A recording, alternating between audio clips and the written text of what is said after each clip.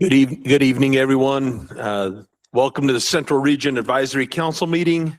This meeting is being held in person at the Central Region Wildlife Office and is also being streamed live on YouTube. This public forum allows you to express your opinions and ideas on wildlife management in our state. This RAC considers your feedback on the proposals before us today and reports them to the Wildlife Board. The Wildlife Board, not the RAC, is charged with setting wildlife policy for our state. We all have ideas and opinions about what is best for Utah's wildlife. It's why we're here today. We encourage those who want to express their opinion to fill out a comment card. Comments at today's meeting should be focused on the topics listed on the agenda. Unrelated comments will not be heard today and should be sent directly to the DWR or RAC and board members for consideration at another time. We expect those in attendance to respect the people who speak, especially those who hold views that don't align with our own. Respectful behavior facilitates efficient meetings where RAC members can listen, digest, and address the concerns, ideas, and proposals being presented. Disrespectful behavior will not be tolerated, and those who engage in it will be asked to leave. Lastly, please help reduce distractions during the meeting by putting your phone on silent, and if you need to take a call, we ask that you step outside.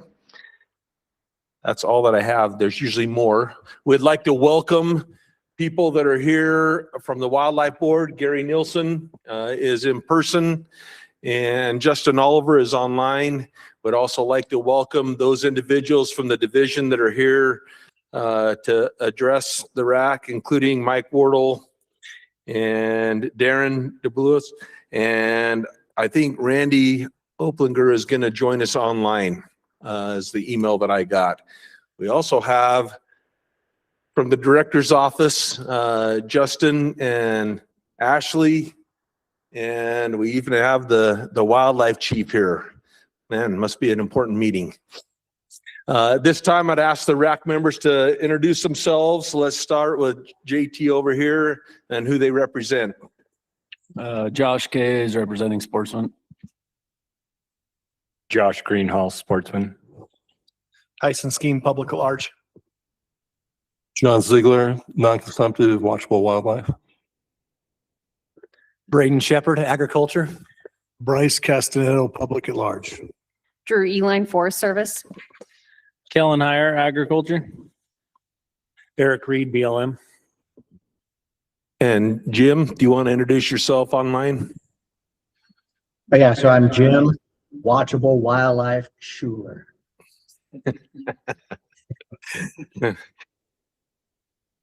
And then from the division, we have. I'm Danny Summers, the Central Region Supervisor. Thank you very much. At this time, I'd call for approval of the agenda and minutes from the last meeting that were sent out.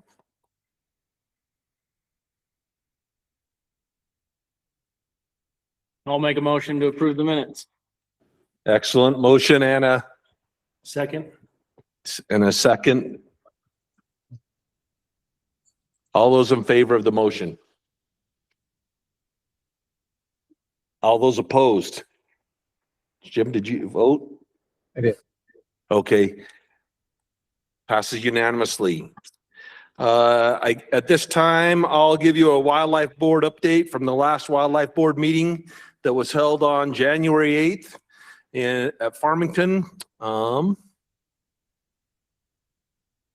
Relative to the Utah black bear recommendations, there was a motion to accept the division's proposal with the new unit, which I believe was Dolores Triangle, and additional 10 tags, and that motion passed 5-1. There was, on the predator control incentive amendments, there was a motion to accept the predator control incentive amendments. Rule 657-64 is presented by the division, and that motion passed unanimously. Relative to cooperative agreements for big game and turkey rule, there was a motion to accept the cooperative agreements for big game and turkey rule R657-74 as presented by the division, with the addition of an annual report to the Wildlife Board, and that motion passed unanimously. And then there was one grievance that was addressed that you can look up the minutes if you want to hear about that. Any questions about the board meeting?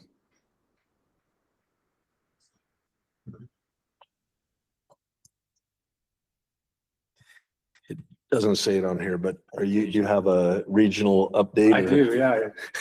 I just realized it's not on the agenda as well. It's not on the agenda, but we'll turn the time over to Danny right now for a regional update. I'll make it brief since we have a packed meeting. And it's been a few months since we met. But yeah, we've been busy here in the central region. We've got turkey season upon us. And so in our wildlife section, they've been busy lately with our let counts for sage grouse. So far, counts are slightly down this year. With deer, with the light winter that we've had really good survival rates across the state, a statewide average of 93% for adults and 71% for fawns, and within the central region, even slightly higher. We've also been doing our pinyon jay and pygmy rabbit surveys this spring. And we also installed a MODIS tower, which is a telemetry station for birds and bats up at Alta to help us track some of those species.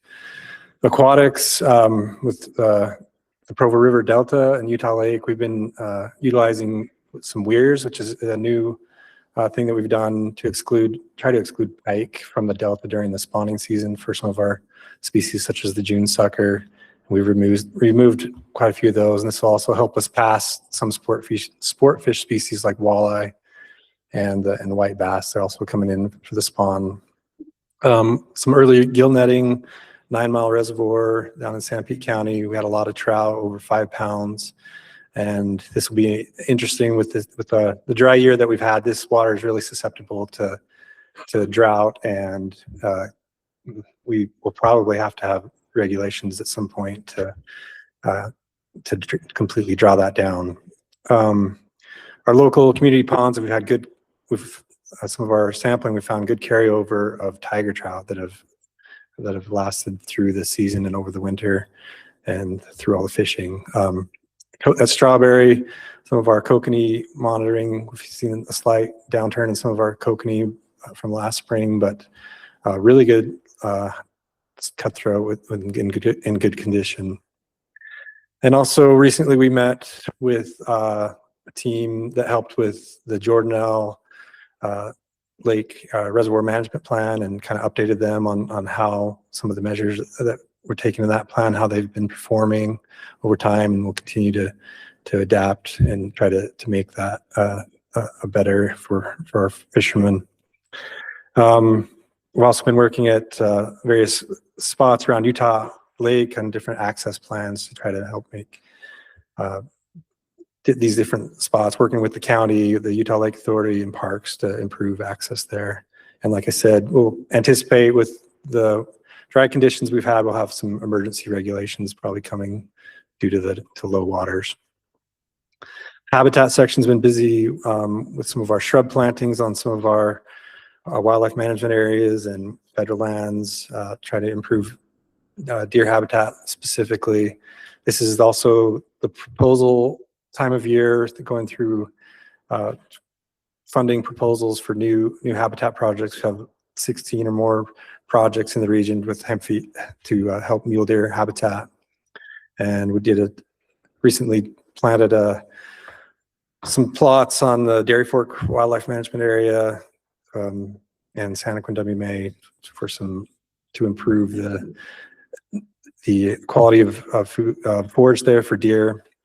We also recently acquired a 120 acre parcel that adjoined our Wallsburg WMA, so it's increased the size of the WMA and made it a little bit more accessible on the south and east side. Outreach section, our volunteer service coordinator, who runs the dedicated hunter program, Tristan Doyle, accepted a new position as the shooting sports manager, and we'll be backfilling that position soon, but dedicated hunter season is beginning and we'll be busy. Always looking forward to all the help we get through that process. We've renewed a couple walk-in access agreements we have in Goshen and in Manti. And yeah, like I said, dedicated hunter program projects are in full swing. We'll have some events coming up, the Cops and Bobbers fishing event at the Vivian Park on April 14th for a number of days there, and the Salem Pond Kids Fishing Days on May 12th, where we get a ton of people, and we use a lot of volunteers, dedicated hunters on that as well. Division of Law Enforcement, they've worked a big case this winter that involved bobcats, where they seized like 70 to 80 different bobcat pelts. That in this case went from all the way through Utah, all the way to Arizona.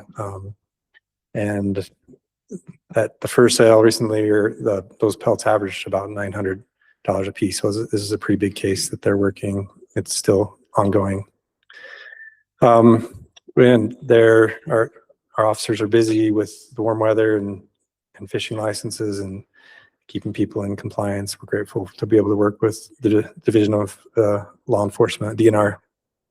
And they'll also be working the bear hunts here soon. So the next slide, this just wanted to highlight these couple of pictures. A couple of weeks ago, we had a turkey seminar here in the office for people to learn to hunt turkeys. And these were already two successful hunters that came to the seminar and were able to harvest turkey here in the limited entry hunt. And so just want to also shout out our employees here that are dedicated and do so much for wildlife, and really grateful for our staff that we have here. So any questions? Any questions from the RAC? Excellent. We'll move on to the next agenda item, which is agenda item number 4, the big game informational presentation.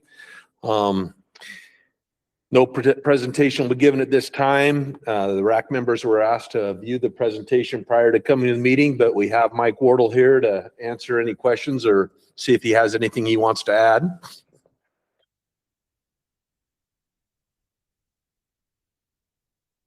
Push where it says push. Does this come up at all? Oh, that's fine. It's all good. I'll just yell. Yeah. Yeah. The only thing I was just going to remind everybody is these are the recommendations that fell below that 20% change threshold. And so these ones weren't presented as an action item. These are informational that happen automatically. Excellent. Any questions for Mike on the ones that are not on an action item?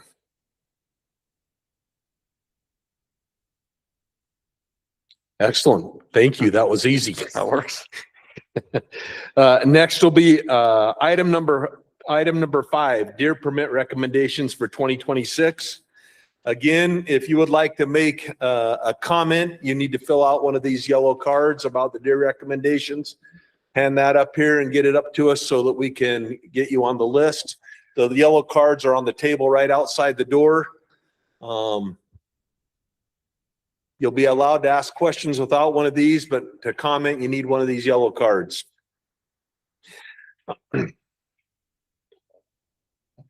Again, no presentation will be given. Mike's here. We'll start though, as Danny's sorting. The next step is to have you present public comments that were given online. Yeah, we had about 10 comments on this item that came through the online comment process. We had 19% strongly agree with the recommendation, about 6% somewhat agree, 6% neither agree or disagree, and 6% somewhat disagree. Well, and then 63% strongly disagree. Some of the comments were, we had multiple commenters argued that the current deer populations are significantly lower than the official estimates, specifically the Nebo, Wasatch, Manti units. Some commented that due to the mild winter and dry conditions, that does not justify increasing permits. Some suggestions on different harvest policies, such as 3-pointer or better. And we had the supporting comments that appreciated the recommendations, allow to follow the management plan, and also supported the restricted weapons changes that were made recently. Thank you, Danny. Questions for Mike from the RAC?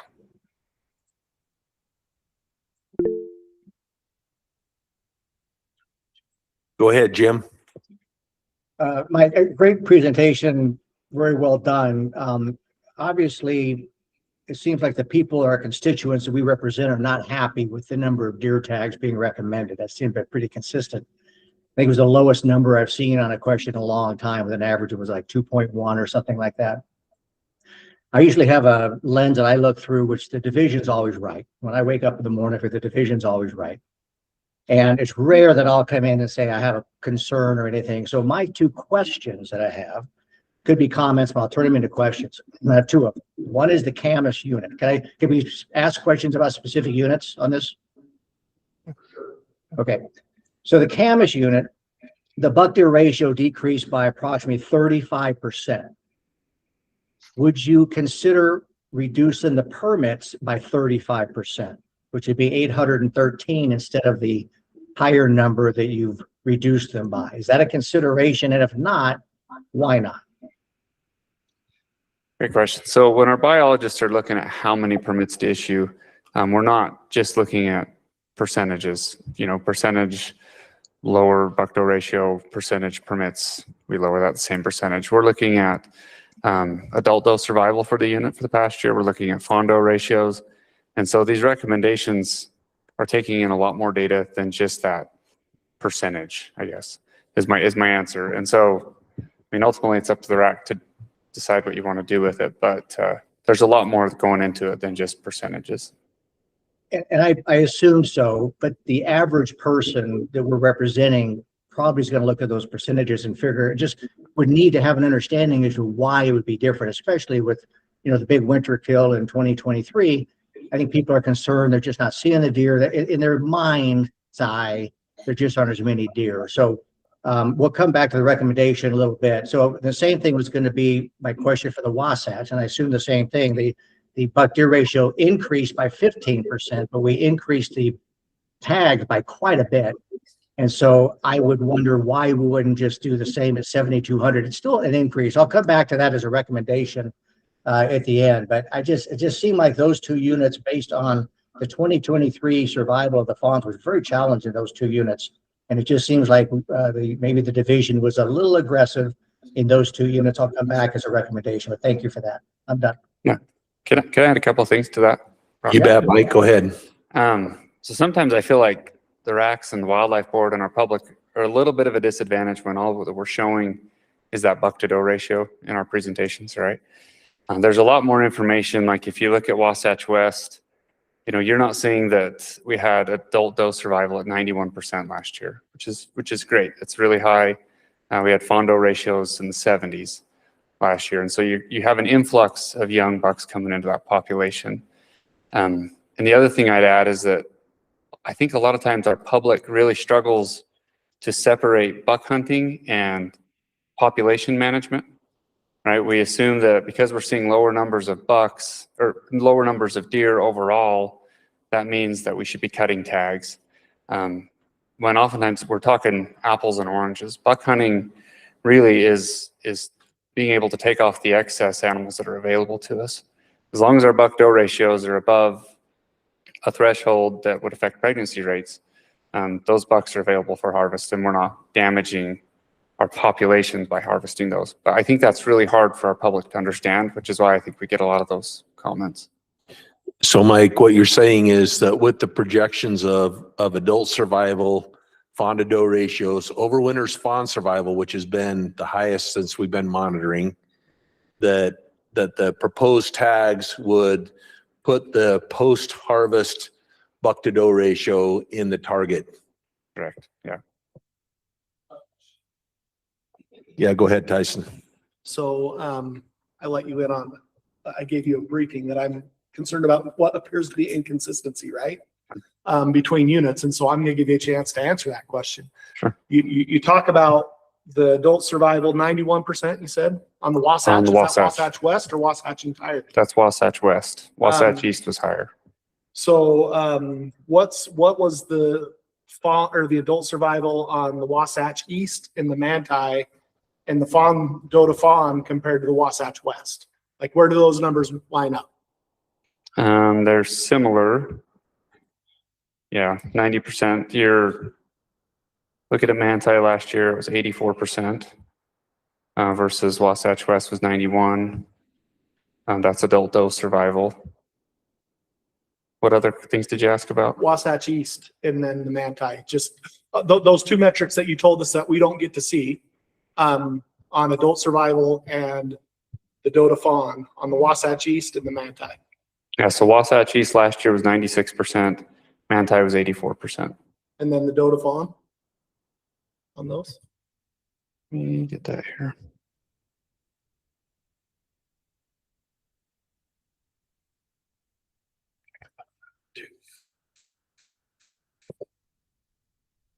So on the Manti, looking at 65 fawns per 100 does last year and 75 on the Wasatch. So the Wasatch East had a higher adult survival and has a higher doe to fawn than the Wasatch West. Do I have that? Wasatch East, I didn't give you those numbers. Oh, I thought. I mentioned Wasatch East did have, it was 96% last year. So I'm going to ask again, this appears to be really inconsistent. On the Wasatch West, we have these high numbers of adult survival and doe to fawn ratio, which is fantastic, right? That's what we all want. We're recommending it, and they're at a 16.1 3-year average on the buck to doe ratio, which isn't the only metric, but it's a metric we use in the mule deer plan, right? Right. We go to Wasatch East, has even a higher adult survival and even a higher doe to fawn number. And it's way outside its buck to doe ratio. It's at 22.7, and we're only recommending an 8% increase on the Wasatch East. Can you see how that looks really, really Sure. inconsistent? Yeah. One of the things, oh, go ahead. And I think the same thing goes for the Manti. I think these numbers are close enough that we could say these are similar. The Manti, again, is at 19.8 on their 3-year. It's above the buck to doe ratio. You're recommending an 8% increase on that unit. And so in my mind, look, I'm an opportunity guy, and anybody who knows me, I'm like, let's give every deer tag out that we can possibly give out. And the trophy hunters in the room, you can yell at me after, but I'm an opportunity guy. But I also think the public needs to have confidence in what's going on. Sure. And this looks really inconsistent. And so I'm all ears to have you explain to me what the difference is. Yeah. I think another metric that we're looking at is permit numbers in the past. Sure. When you look at the Wasatch West, we were at over 8,000 permits, and then it was cut down to, I think, 6,200 or something like Did that. cut a couple years ago. Whereas the Manti didn't experience that big giant cut, right? And so I mean, just looking at it from the biologist's lens, is they're saying, okay, my unit's been there and I'm growing. So they're likely going to be more aggressive at that point, Yeah. right? Versus whereas the Manti, maybe they're saying, you know, this is uncharted territory. We haven't been at these high permit numbers. And so maybe they're not being as aggressive. Thank you. Go ahead. Mike, you got a workout number of presentations. Good job. Thank you. I've got a few topics I want to discuss with you, and I'll make it fairly quick. First of all, educate me. How do you get population objective for a unit? For a population, you mean a population estimate or objective? Objective. Objective. Typically, the last few times we've gone around, we've been looking at our population estimates to see where we've been and saying, okay, what was our historical high? At what point are we starting to experience depredation issues? We're looking at range trend data saying, have we ever hit population highs where we're seeing range damage? And that's the type of information our biologists are thinking about. Okay, thank you for that. It seems to me that to properly evaluate permit numbers that are proposed for a unit, that we need population estimates, population objectives for each animal in each unit, as well as the success rates for permits in that, for those animals in those units. Why aren't we presenting the RACs and the Wildlife Board with the success rate for the permits in those units? We can, it's just that then my 20-minute presentation turns into an hour and a half sometimes. Yeah, but that's a pertinent piece of information to determine how many animals are likely to be taken for a given number of permits. Sure. Okay.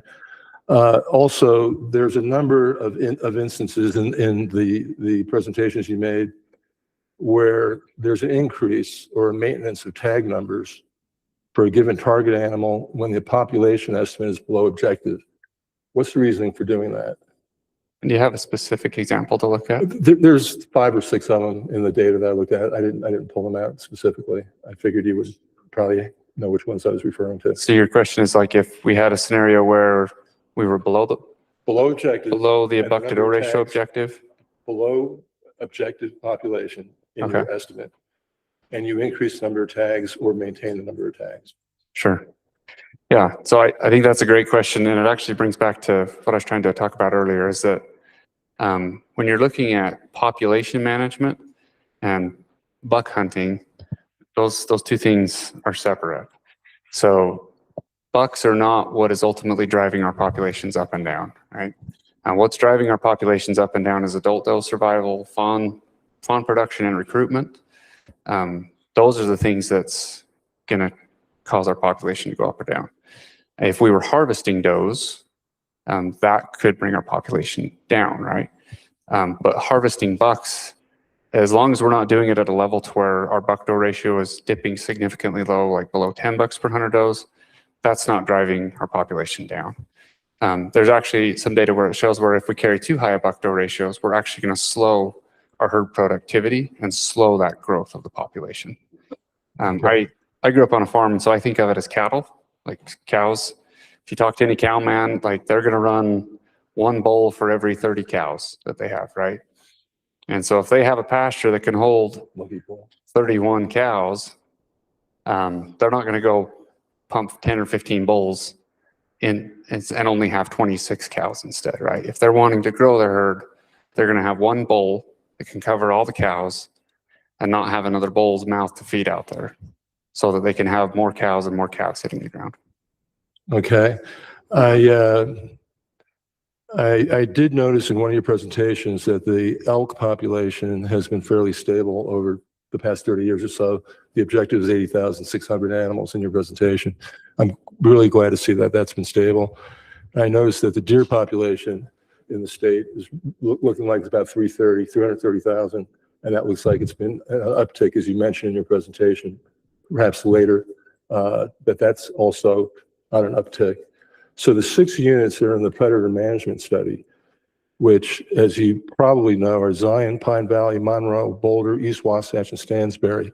I noticed that you either maintain or increase the number of tags in each of those 6 units.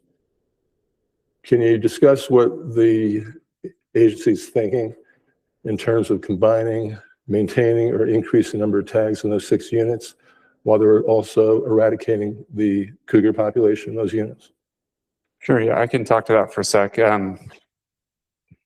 So I think, again, it comes back to buck hunting is focused on bucks, right? Whereas the mule deer predation study is really more focused on population and what is decreasing the density of lions in a targeted area due to adult doe survival and fawn survival.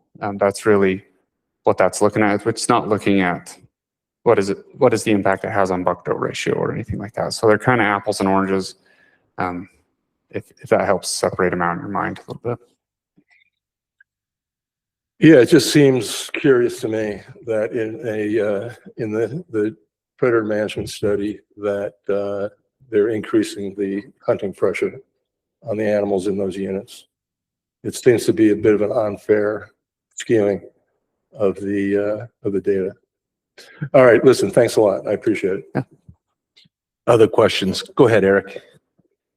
Mike, you mentioned a couple of times in your presentations about drought, and this will be something that through all of them, I could ask the same question. So I'll just ask it up front. Some of the concerns that we have as land managers is, what's out there forage wise, protecting the landscape. We're making a lot of cuts through the grazing program, not letting folks turn out, that kind of thing. Does the division made any considerations or have any triggers set as if we continue through this drought, which is probably one of the worst ones we've had 2 years previous, then going into this one, are there any considerations or triggers that would say, hey, we need to take more animals off to protect habitat? Has that been brought up, and at what time might that come through, since tags would be basically set, and then where do you go from there? Sure. I assume your question's probably more dealing with elk, right, than deer? I think it'd be with any of them. I mean, the BLM, we don't have a lot of good high habitat, so I would be more looking at, the pronghorn side, the deer side that are down low and on our stuff. I don't know what the Forest Service is doing, population or for their management of livestock, those kind of things with cuts. But we know that if we don't grow grass, if we don't grow forbs, we don't grow the shrubs, because we don't have the water, and we continue to have high populations of users out there, what's going to happen? And just, are there any triggers set to maybe look at, like, is it body condition of animals, movement into places that they've never been before, looking for that, even on the private ground, those kind of things. What are there any considerations or triggers that you guys have thought about going forward? Yeah. So I'll talk about deer and elk. With deer, honestly, this dry winter's actually been nice for deer in the short term, right? Like we've had really high survival over the winter. It makes us nervous for next year, but we don't know what that's going to look like, right? If we get some spring moisture, especially if we get monsoonal moisture, that can help those deer pack on fat for next winter.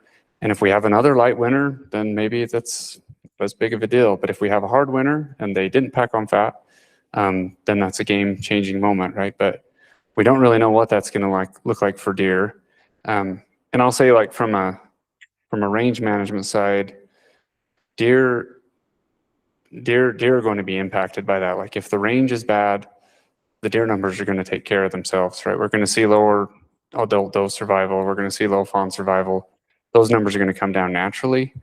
With elk are really hardy animals. We've always said we can grow them in a parking lot if we have to, right? And so, yeah, there are considerations with elk in place. So we've done it many times over the years where we come back in August before the hunts start and add additional cow permits. And that's something that we'll be looking at pretty hard this summer. Thank you. Other questions from the RAC? Go ahead. Yeah, Mike, I was just kind of curious on the Wasatch West, where we've had the big fluctuations in permit numbers because of the heavy winter. We dropped almost 2,000 permits. I'm curious if you have any information on hunter satisfaction and harvest rates during that interval. I have harvest rates in front of me. Lindy or somebody, do you have satisfaction rates, or Rusty? Let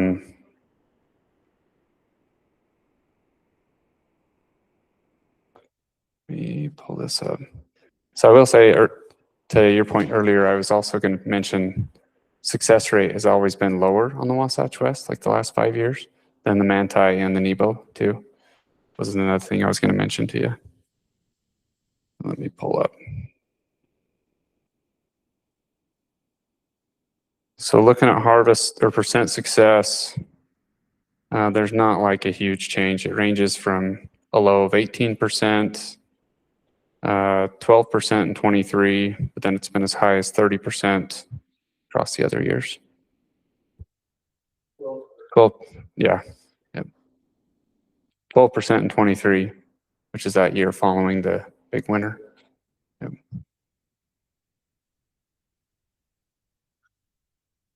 Go ahead, Josh. So I think I understood mostly through the presentation, the way that those numbers or the tag numbers were set.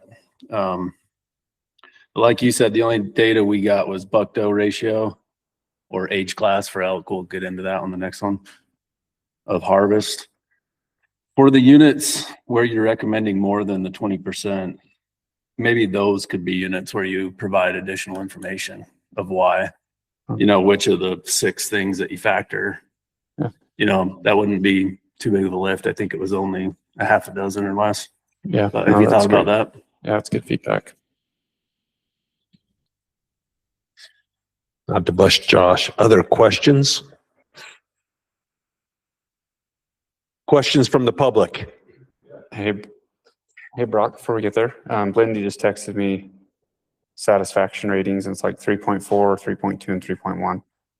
So, yeah, pretty consistent. Thanks, Jason. If you'd state your name, who you represent, and then ask your question, comments will be next. Jason Adamson, Central Utah Big Game. And my question is, what was your herd objective for your total herd on, say, the Manti and the Wasatch West back in 2019, 2020 versus what it is now? Have we changed those objectives, Dave, recently? Yeah, you did.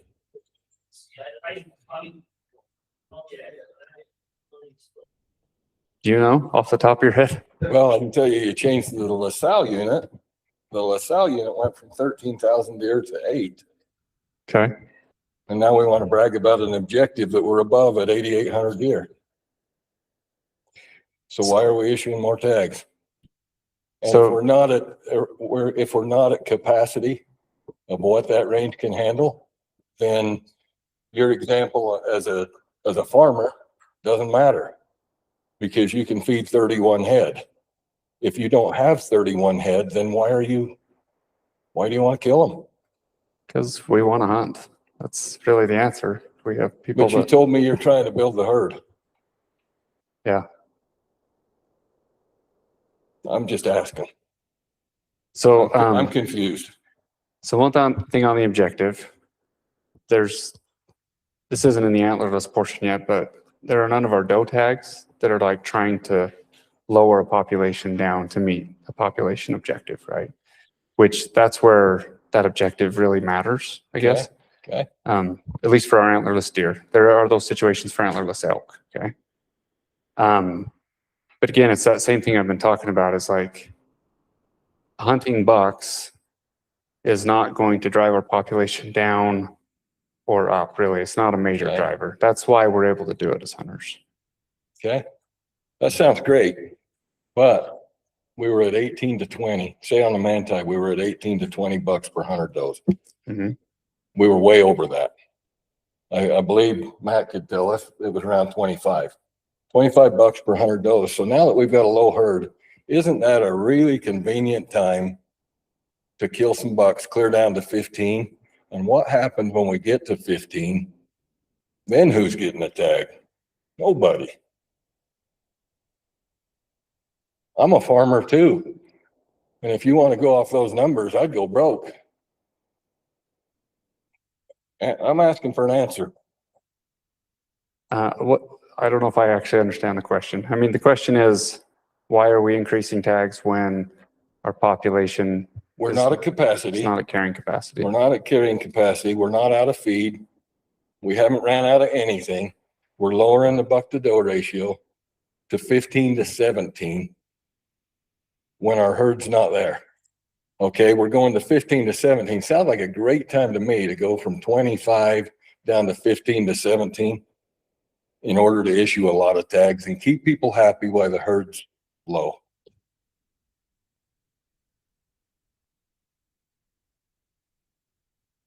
Yeah, I think the answer is what I've explained like 3 times now. Does that, You haven't answered it. maybe I'm not understanding the question correctly. So you're asking, so again, in my mind, what I'm hearing is, why are we increasing tags when we're not at carrying capacity? And again, my answer is that when you're hunting bucks, you're not affecting population level, right? This is not the same as hunting does, right? If we're over carrying capacity and we're hunting does actively to try and lower the population, that would be the point where it's like, okay, we're significantly trying to lower this population. If we're hunting bucks, we're taking off the excess that's available without harming that population. But why do we need to? Why do we need to go from 18 to 20 down to 15 to 17? Is there a reason? So that's set in the Because we're statewide not- management If plan. we're not at capacity, we really don't need to. The only reason we need to is. But you're mandated by the management plan to do that. That's the law. That was done by the legislatures, not the biologists. No, that was set in our statewide management plan. So that was done by a committee of 20 people, members of the public, who went through, gosh, I don't know, 9-10 meetings that were 3 to 4 hours long. And then that plan came through the RACs and was approved by the Wildlife Board. Does it have anything to do with CWD to drop it to 15? In some scenarios, yeah. Like on the LaSalle's, for example, that's a hotspot of CWD, and increased buck-doe ratio does give us a higher chance of increasing the prevalence of CWD. Okay, so is that your main reason for going to 15? Because 15's lower than what we've ever been, I believe. On which unit specifically? I don't think we've ever managed a unit at 15. We have very many, actually. Back like early in the 90s, we had units that were at 10 to 12 bucks per 100 does. Okay, not ever, but in the last 20 years. A lot of these units actually didn't change with the last statewide plan in the central region. The southern region, a lot of those were managed 18 to 20. That changed to 15 to 17. I would say as a farmer, if I've got the feed to feed them, Questions? yeah, as a farmer, would you kill off your bulls, your steers? Yeah, if I was trying to grow my herd, absolutely. I wouldn't carry more bulls in the pasture than I needed to. I get that, but if you're selling permits on those bulls, I mean, I'd sell the bulls. all of them? Down to 15? Not all of them. Okay, Thank you. I like to hunt a mature deer. I don't want to shoot babies. Sure. And that's managing for a 2-year-old buck. Is it So not? that's, okay. That was a question. It is not. It's not? I'll give you an example of the Pavant. Okay, that's the unit I've been managing the last 8 years as a biologist. We're at, I think, 19 or 20 bucks per 100 does. We've been down to 15 in years. 2 years ago, the biggest buck in the state came off the Pavant. I grew up in Fillmore at the foot of it. Every year, I've seen mature bucks killed that were much bigger than a 2-point. So, yeah. There's always going to be a great buck, but averages, what does that do to the averages to drop the management numbers from 18 to 20 to 15 to 17? Yeah, you're going to see fewer bucks in comparison to the number of does you see while you're out there. So your odds of a bigger buck are less? It depends on, I mean, the biggest buck I've ever chased was on the Stansberries, and that's a unit that's managed 15 to 17, but it's a difficult access area. So there are other factors that play into that too. New question? Well, a little frustrated, I see that. a lot I frustrated. understand your frustration. I see that. And I got a lot more comments, so. Okay, perfect. Thank you. Other questions from the public? Yeah, come on up. Good evening, everyone. My name is Dustin Elswick. I'm an attorney. Been one for 25 years. Provo, I live in Springville. I'm also, as an attorney, I know about BS and how language is used to manipulate. I'm opposed to the increase. I'm opposed to the. Is this a question? I can ask a question. But This is the time for questions, not comments. So questions toward Mike? Yes, my question is this, will the granting of additional permits or tags result in an overall decrease in the population? Like during the hunt, yes. Yes. And Yes, because we would harvest bucks. okay, and do you have an estimate of how much what those numbers would look like? Yeah, What are they? for a specific unit. Total. I don't have that in front of me. It's at the statewide level. Okay. We set buck permits at the unit level, right? So I'm not sitting in an office in Salt Lake making all these decisions for each unit, right? We have biologists for each individual unit that spend 90% of their time on the unit. They're the ones that are making these recommendations, looking at success rates. So an easy way to do it would be to look at the number of permits we're issuing and then look at the average success rate across the past 5 years, right? Which is included in the calculation. What's the overall head of mule deer that you're looking to get to be optimal? Is that 400,000? I've read that, but maybe that's wrong. For our population objective, Yes. I don't have that in front of me right now, but yeah, it's somewhere around that. And you said we're at right around 330 or 350? We are at 324,000. 324,000. And over the last, how has that increase happened as far as ratio wise? Over the last how many years has that population gone up? Because my understanding, and again, I'm laying a foundation here for my question, is that the problem is we were sitting around or below 300,000. Is that correct over the last few years? And that population has increased. Is that a general accurate statement? Yeah. Yeah, So- we dipped down to 278,000 statewide in 23. So we've got about 50,000 more over the last few years. So if the objective is 400,000 as an overall, I know there's minutia and data that you're looking at as far as units, buck to doe and that. But if the overall goal is the population increase, I don't understand at all why we think it's a good time to start killing off more.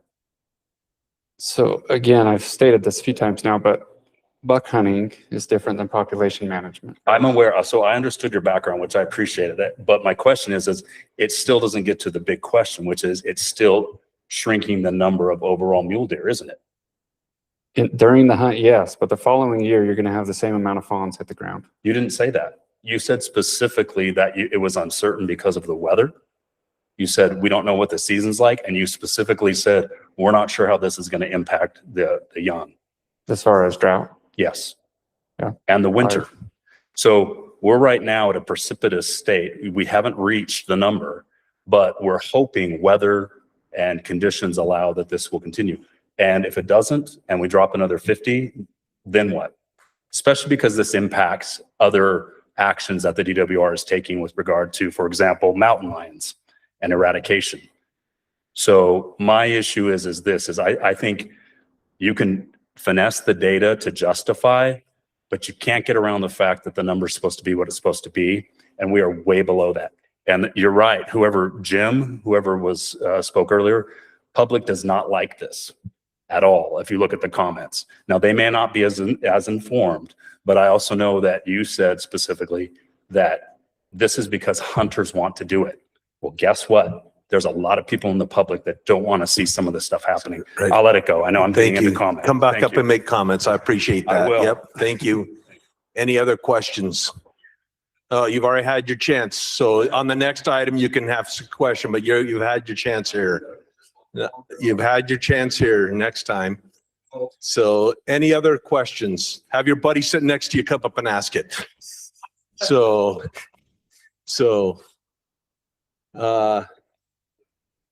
Okay, then, okay, yep. I'm out there with my kids. so they Yep, don't that's disturb fine. anything. What's the fatality rate of CWD? What percentage survive? For chronic wasting disease Wasting disease? affected What's- deer, Yeah. they all Out of, die. out of, Yeah, if they get it, they're going to die. they're 100%. Yep. Correct? Yeah. What is the only thing that kills the folded prion? The only thing that's been tested that kills the folded prion? Is this question about buck permit That- numbers You or? can only ask questions about This is the recommendations. You can only ask questions about the recommendations of deer permits. Okay. All right, I get it. But the answer is a cougar stomach. Thank you. Other questions about the recommendations of deer permits? Okay, thank you very much. We will now take comments from the RAC members.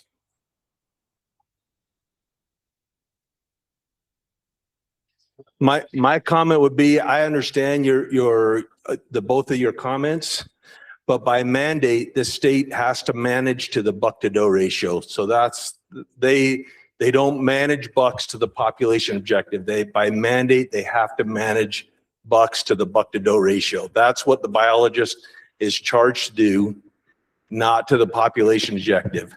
And so they manage bucks differently than does. And so the biologist has, by mandate, they have to make a recommendation to get the buck to doe ratio in the target range that was set by the mule deer plan. So if the number of bucks on the landscape is going to be 19 per 100 and the management plan says 15 to 17, they have to make a recommendation to get it into that 15 to 17 range. They don't have a choice. Then we should probably kill more because the landscape holds less. So maybe, but on the flip side, what was your first name again? Jason, on the flip side of that, we have really clear data that as we increase bucks on the landscape, the nutritional condition of females goes down and the average fawn birth weight goes down. And so we're harming the production by increasing the number of bucks on the landscape. The data always, yeah, then we need to change. But yeah, I agree. We're not going back and forth, but comments from the RAC. So this is kind of a recurring question. It comes up pretty frequently. And I think I've made the case before that this is a great opportunity for some education, right? Some of us can understand this discussion here. Some of us need to see the numbers. But I think it would be great for the state to put together some alternate scenarios and say, this is what happens, and model the data and show us what happens when we do 15 bucks, when we do X, Y, and Z. And we've got a ton of history with weather conditions and all sorts of things. You could pick some units throughout the state and just kind of give us a rundown so that from a 5,000-foot view, everybody can go, oh, I get it now. I agree. I think it's a great suggestion that Josh made on the 6 units where you're going to recommend outside that we bring the data in. We look at the classification numbers. We look at the harvest success. We look at where the recommendation came from. Go ahead, Josh, and then Tyson. Yeah, and that would just be for those units where, because most of the comments that came in were specifically about the units that were going over the 20% change. So those individual ones, I think it would be worth giving us a little more data. But then maybe even each biologist in their area, as they make those recommendations, it's 5 paragraphs explaining what's going on, what the trend is, why I came up with the recommendations, so forth. And that's just posted and available. That's a good idea too. Go ahead, Tyson. I too am an attorney. And as attorneys, we have rules. People are probably familiar with Rule 401 and 402 on relevance and the rules on relevance. And I know there's a lot of people really upset about cougars. It's not on our agenda tonight. If you have a problem with the cougar plan in the state of Utah right now, I can direct you. I can show you how you can look up your state representative and your state senator. And that's who you need to go take that up with because they're the ones that passed the law. Yeah, we have. Okay, well, it's my turn to talk right now. I am, okay?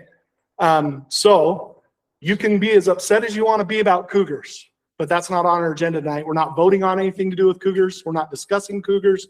We're talking about deer numbers right now.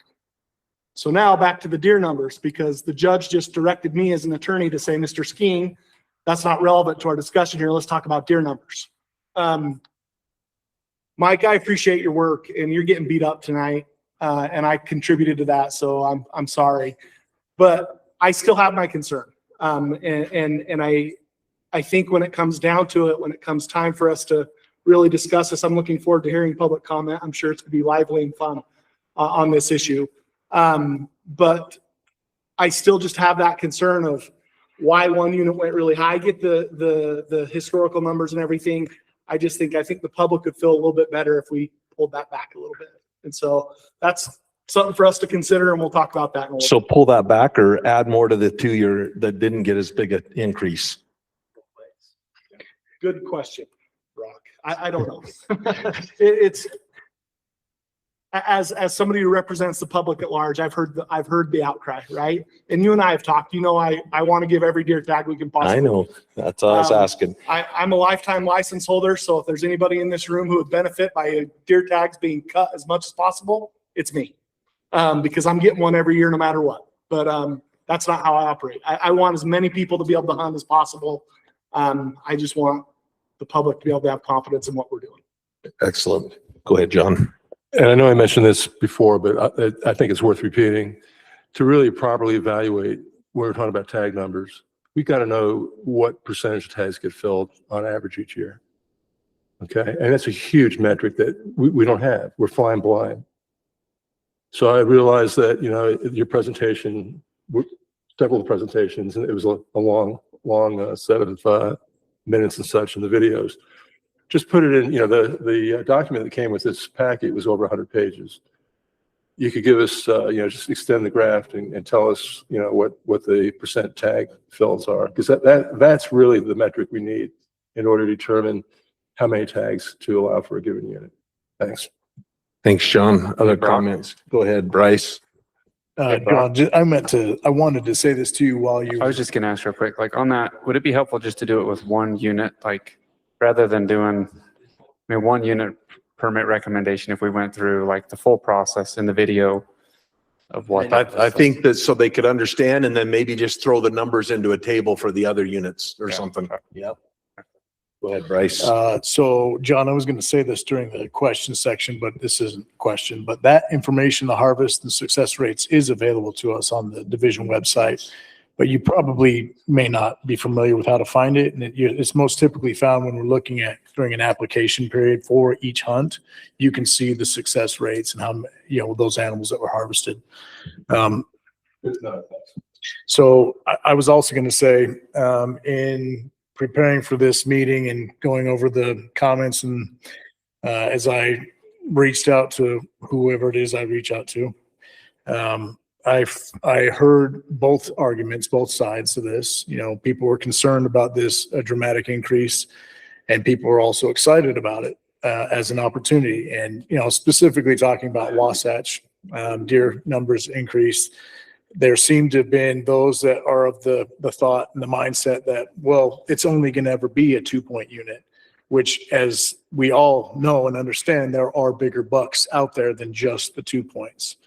And on the flip side is there's a lot of opportunities for younger hunters or even hunters that are just getting into it that may not mind shooting this deer that Braden is so proud of displaying here in front of us.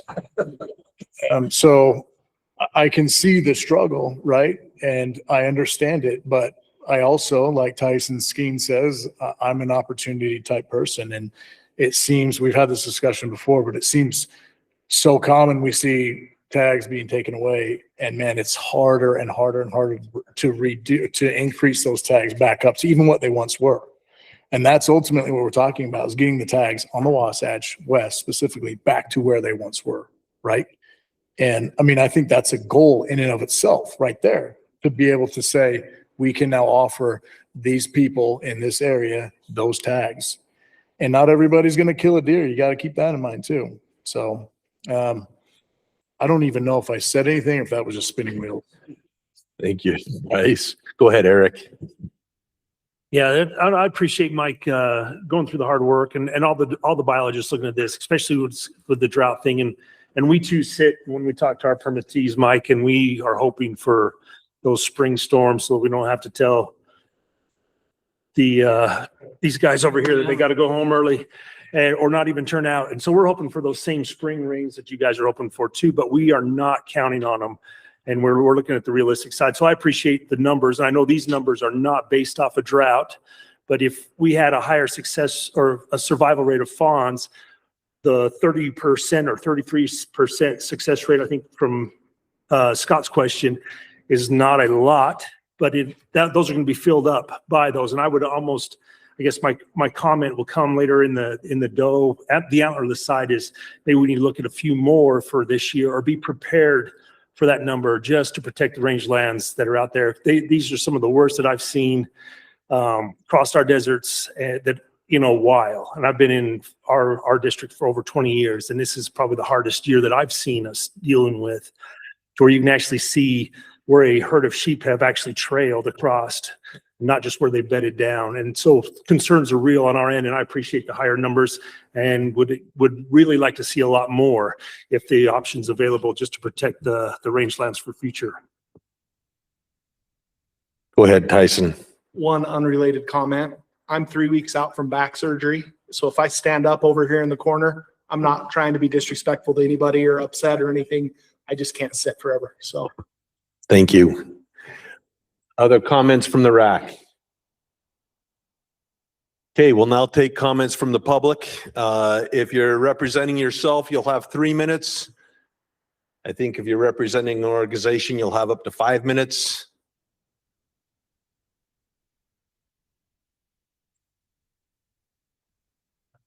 First comment, or Ben Louder, followed by Mike Christensen. Thank you. Thanks, Brock. Ben Lauder, representing the Utah Archery Association. I'm going to be brief. We support the recommendations as presented. To that, I will add, we know we can't stockpile bucks. You got to kill them when you got them. I like to see opportunity. I encourage this RAC to support these recommendations. Brock, I'm going to ask a favor of you. I have a family emergency that I have to leave for. I'd really like to comment on the once in a lifetime real quick, if that would be okay. If you can't let me, I understand. I think that's fine if it's quick. It'll be quick. You got a comment card for me on about every agenda item. Generally, we support all the recommendations tonight. On the once in a lifetime, on the book cliffs, I think there's a Bitter Creek unit. The rifle tags are being recommended to be increased by 80%. There's no increase being recommended on the archery. I don't want to see an 80% increase on the archery tags, but what I would ask that you guys would entertain is maybe an increase of 1. Currently, the recommendation is 5. 1 would be significant. That would go to 6, and that would give an extra bonus permit. Yeah, that's. Aside from that, we support everything, and I would just ask you to entertain that and encourage you to. Thank you very much, Ben. Thank you. Mike Christensen, followed by Clay Christensen. Mike Christensen. So really quick before I start, when you've been on the RAC, people don't know you get off the RAC and then they start calling you and stuff. So just need to mention that the division shut down the public comment period online early, or your numbers would have been way different, I believe, too, because people have always historically waited to really comment. So I want to start out saying that I do own cows, and my field holds about 40, and I run about 30, and I do sell all of my steer calves because I like money, and I keep 1 or 2 to eat because I like to eat them. I don't need to keep a whole field full of male animals. And I think that goes along with our deer herd. I served as a member on the mule deer committee.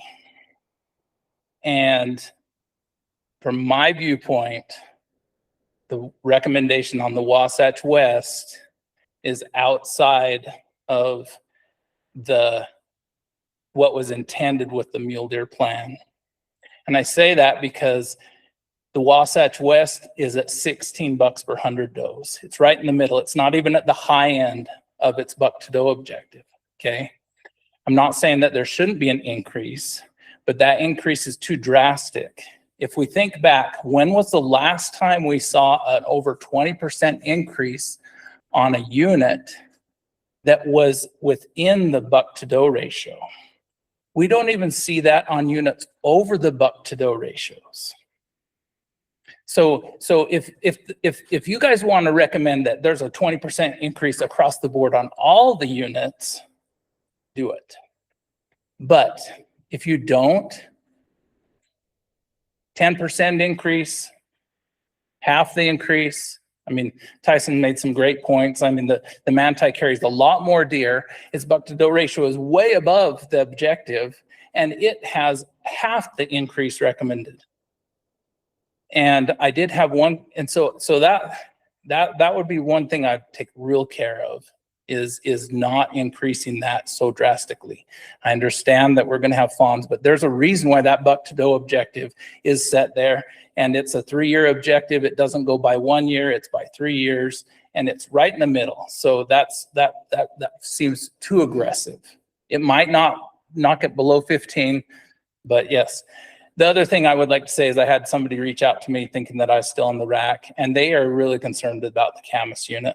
And so when Jim brought that up, that one makes a lot of sense to me. You look at, I think there's 1,200 tags. They killed less than 200 bucks. There has to be a good middle ground there. And so I would ask you to maybe follow what Jim's going to talk about.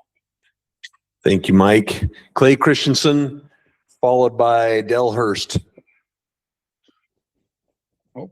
Thanks, Brock. Want to start out saying I completely understand the need to kill bucks and keep, more quality feed on the landscape for does to drop, carry healthier funds, drop healthier funds. I'm all for opportunity over cutting opportunity. But the one thing I want to add about the Wasatch West is it feels like, the Wasatch West, the preliminary harvest data from 2025 shows that the Wasatch West was the second lowest success rates in all the general season rifle tags. And the muzzleloader and archery success rates are similar. The only unit that was lower was the camas unit.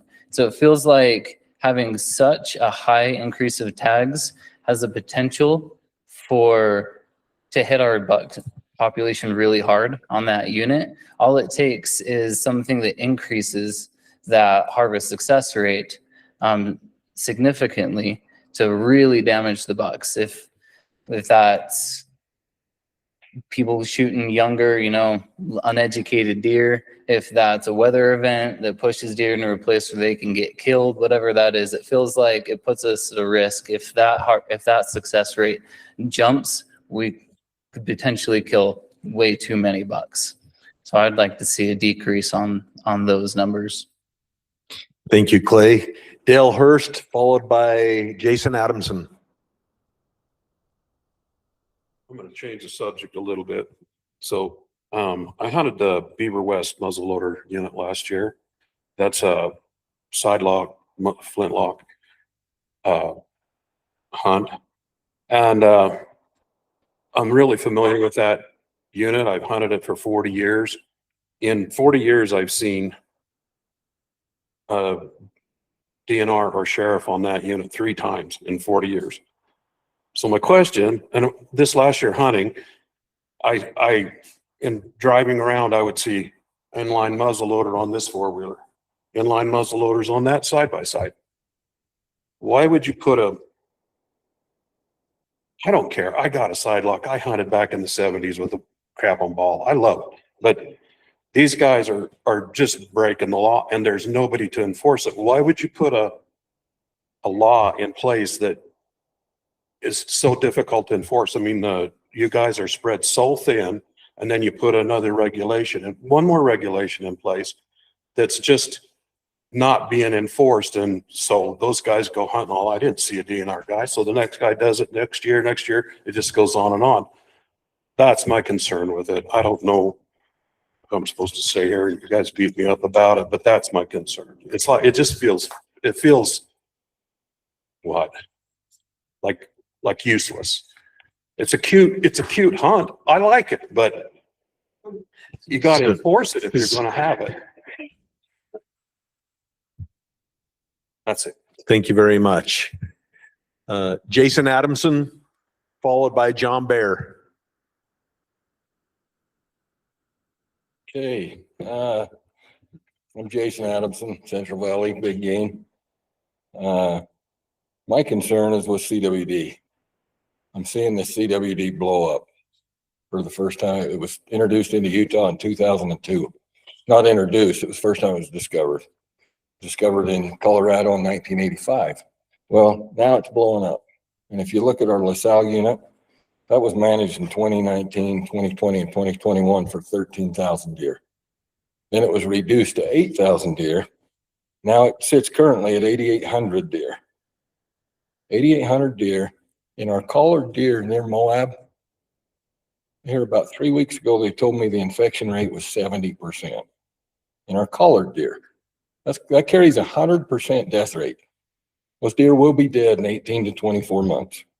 So If we figure it at 70%, which today I was told that's gone up in our collared deer to 86%.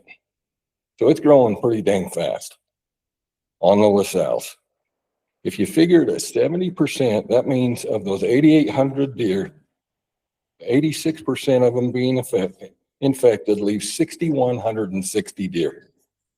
Or kills 6,160 and leaves you with 2,640 plus whatever fawns those 2,640 have. That ought to scare the heck out of all of us. It terrifies me, and I've been studying this across the West, and because mule deer move so much and migrate so far, it's being affected in Colorado, Utah, Wyoming. Riverton, Wyoming, you won't find a deer. They collared $10. $10, and in a year, 7 of those were dead. In 15 months, 9 of the 10 were dead. Okay? So now we're on a 5-year rotation on our testing. Ginger Stout told me we need 304 samples to have an accurate count. We've never gotten it, not even close. We've got 1 year, we got 16 samples. 1 year, we got 10 samples. 1 year, we got 30. The highest we got was 162 in 2024. I'm told in 2025, it went to 200. So those numbers don't work. We don't know. And we have to catch this one. It's at 1% according to the management plan. We're missing it by miles. So when you look at this, how do we solve it? How do we take it out? You guys want to shoot it out. We want to have late season hunts and kill mature bucks.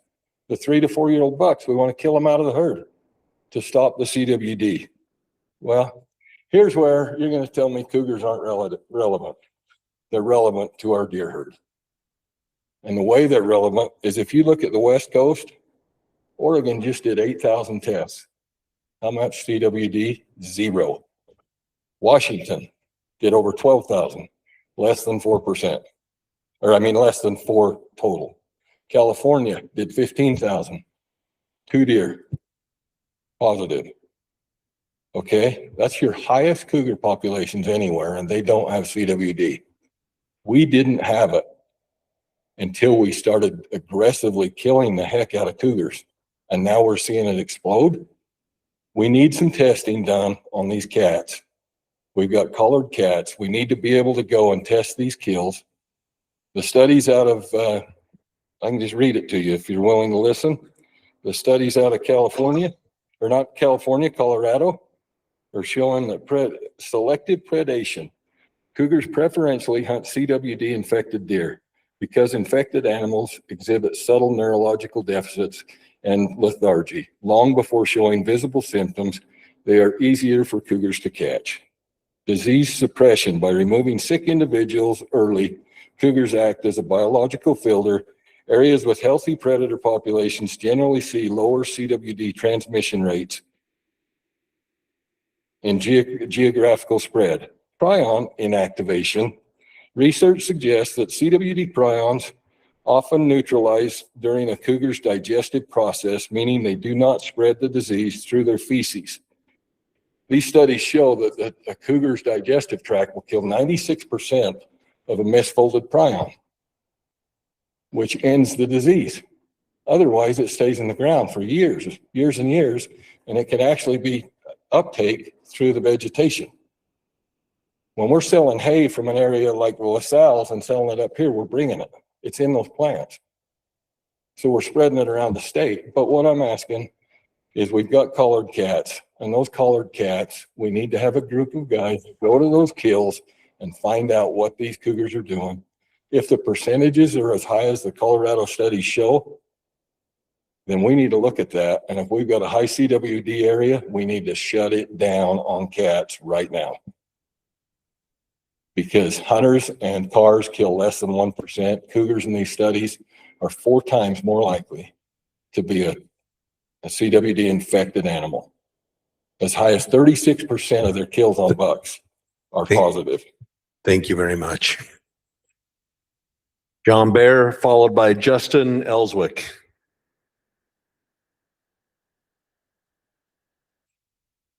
My name's John Bear. I am not an attorney. Just making sure you know. And just so you know, Mike, I've been on the rack for like 15 years and I still get calls, so don't think that's gonna go away very often. I'm here to represent SFW. We have 19 chapters around the state. We get all of our chapter chairmen together and go over these numbers and vote on our position. There was some concern on some of the deer numbers.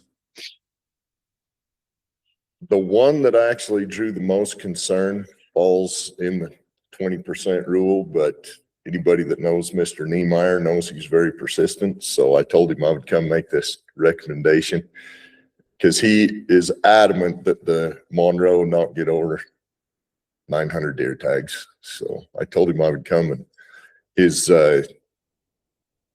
reasoning was the fires, that there's just too much uncertainty in what the deer situation there is because of the fires.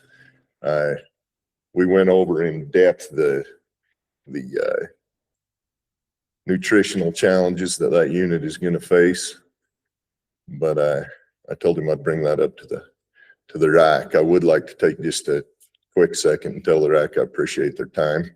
I know that it seems like at times it can be a bit of a circus in here.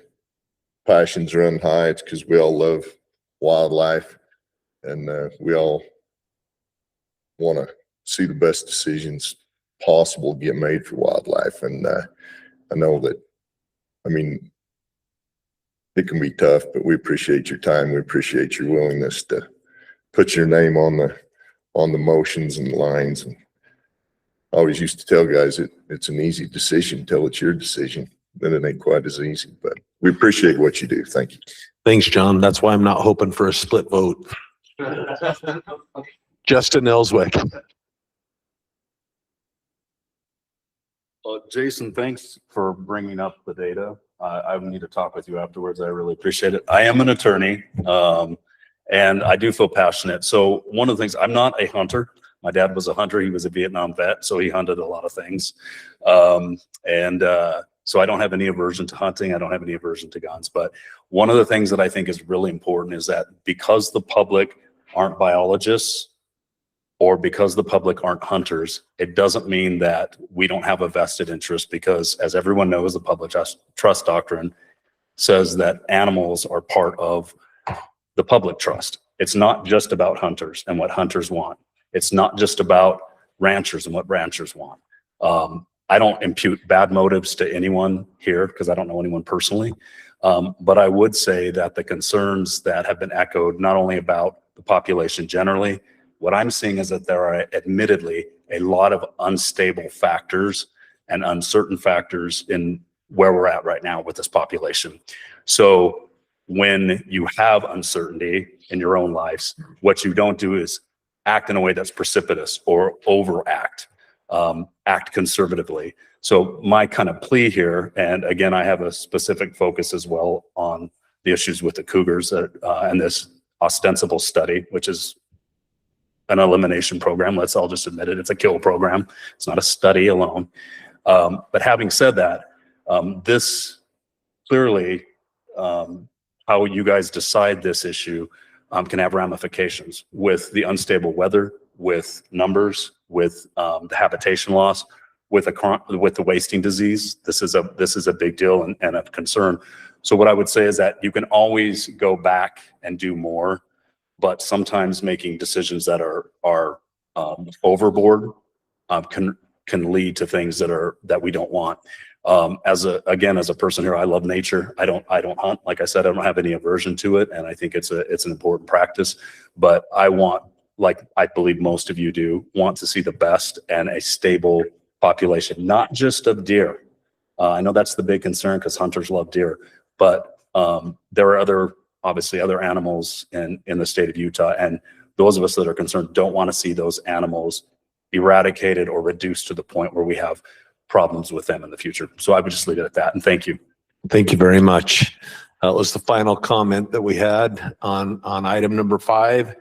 So I'll bring it back to the RAC for discussion.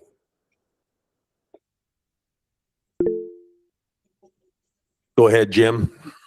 I still, I appreciate all the new information and the great information and the multifactorial event and the potential for adaptive management if we do see no rains and, things can be done to change things. But I think I just heard the public outcry quite a bit. And one of the things, I think maybe the best thing that happened to me today was seeing Mike Christensen at this meeting.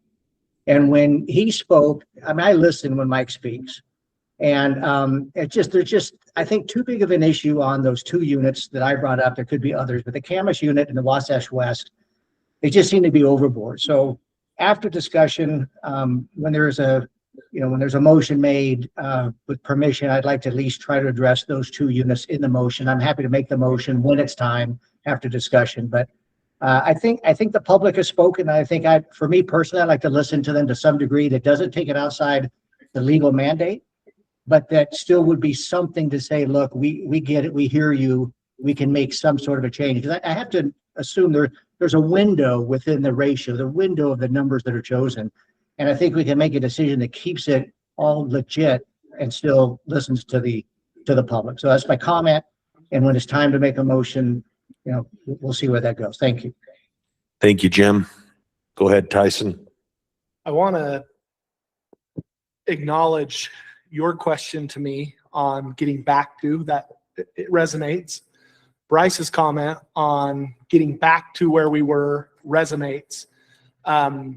If people look at the numbers, you will see from 2018 to 2023, in the state of Utah, we cut 34% of our deer tags. We lost just over 1/3 of every deer tag we had in this state in a 5-year period. And we're not even close to getting back to that. And so that sentiment resonates with me in a big way, because again, I want to see people hunting. This is how I grew up. This is something that is important to me, that I grew up doing with my dad, with my brothers, with my friends. This is an important thing. So I was going to say that we probably ought to pull that Wasatch West back to about 10% instead of the 22%, but I'm ready to go maybe a little bit higher than that. Maybe not all the way to 22%, just because, again, I think consistency is important. One thing I wanted to say is, I don't actually, and Mike and I have talked about this in various forms, I don't actually love the deer management plan in Utah. I've got some problems with the way the deer management plan came out, but it's the plan. And I think the public ought to be able to look at the numbers that the DWR puts out and see some measure of consistency, right? There should be some predictability based upon what we're seeing in the numbers on what the recommendations are going to be. And this one just feels like the Wasatch West, and I don't really know anything about the Camas, so I'm not prepared to talk about that. But the Wasatch West recommendations just feels like it's way out here compared to where everything else is. And so I probably will want to vote that we don't go all the way to 22% on that raise in the numbers. But I do want to see them increase, because I think there are tags that we can give out and hunters can go hunt and have a good time. Go ahead, Braden. First off, Bryce mocking my 2-point here. Come on, Bryce. This is a trophy deer. Fun story on I know that one. that represents your biggest buck.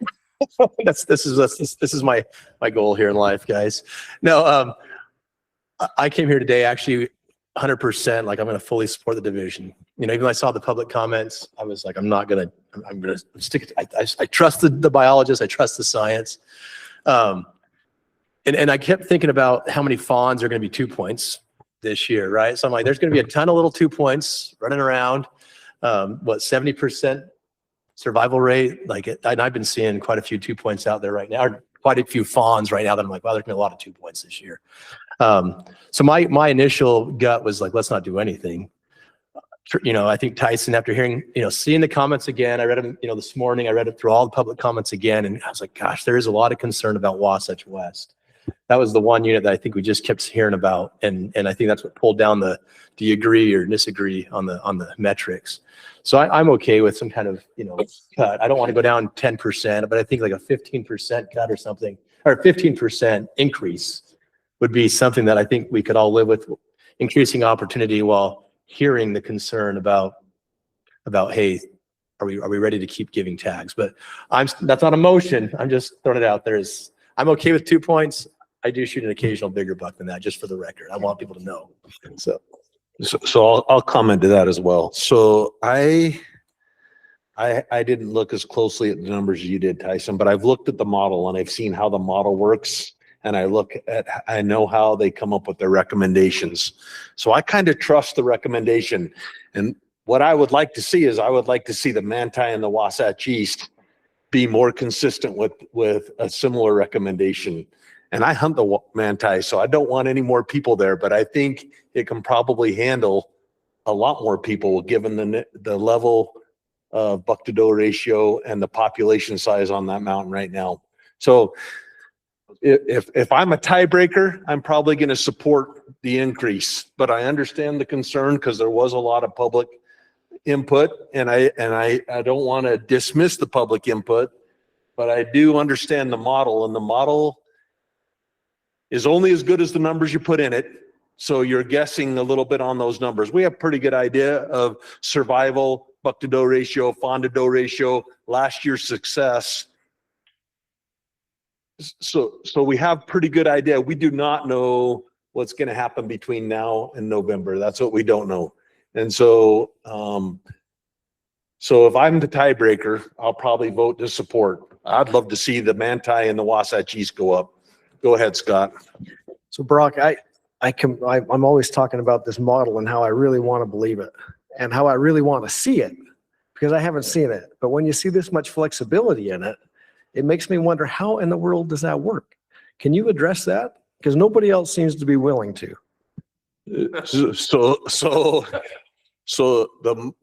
I could have Mike come up. I teach it in my class. But basically it's a simple math formula that looks at buck to doe ratio post hunt. We know the harvest success. So we know how many bucks were brought off the mountain. We know the fawn to doe ratio. So we know how many animals are coming into the population. We consider 50% of them are going to be males.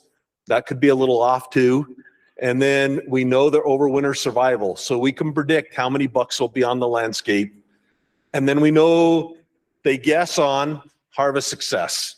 So some years you heard there's a range of harvest success. And so that's really where the variation can come is if I put a harvest success of 20% in, I can give a lot more tags than if I put a harvest success of 35% in.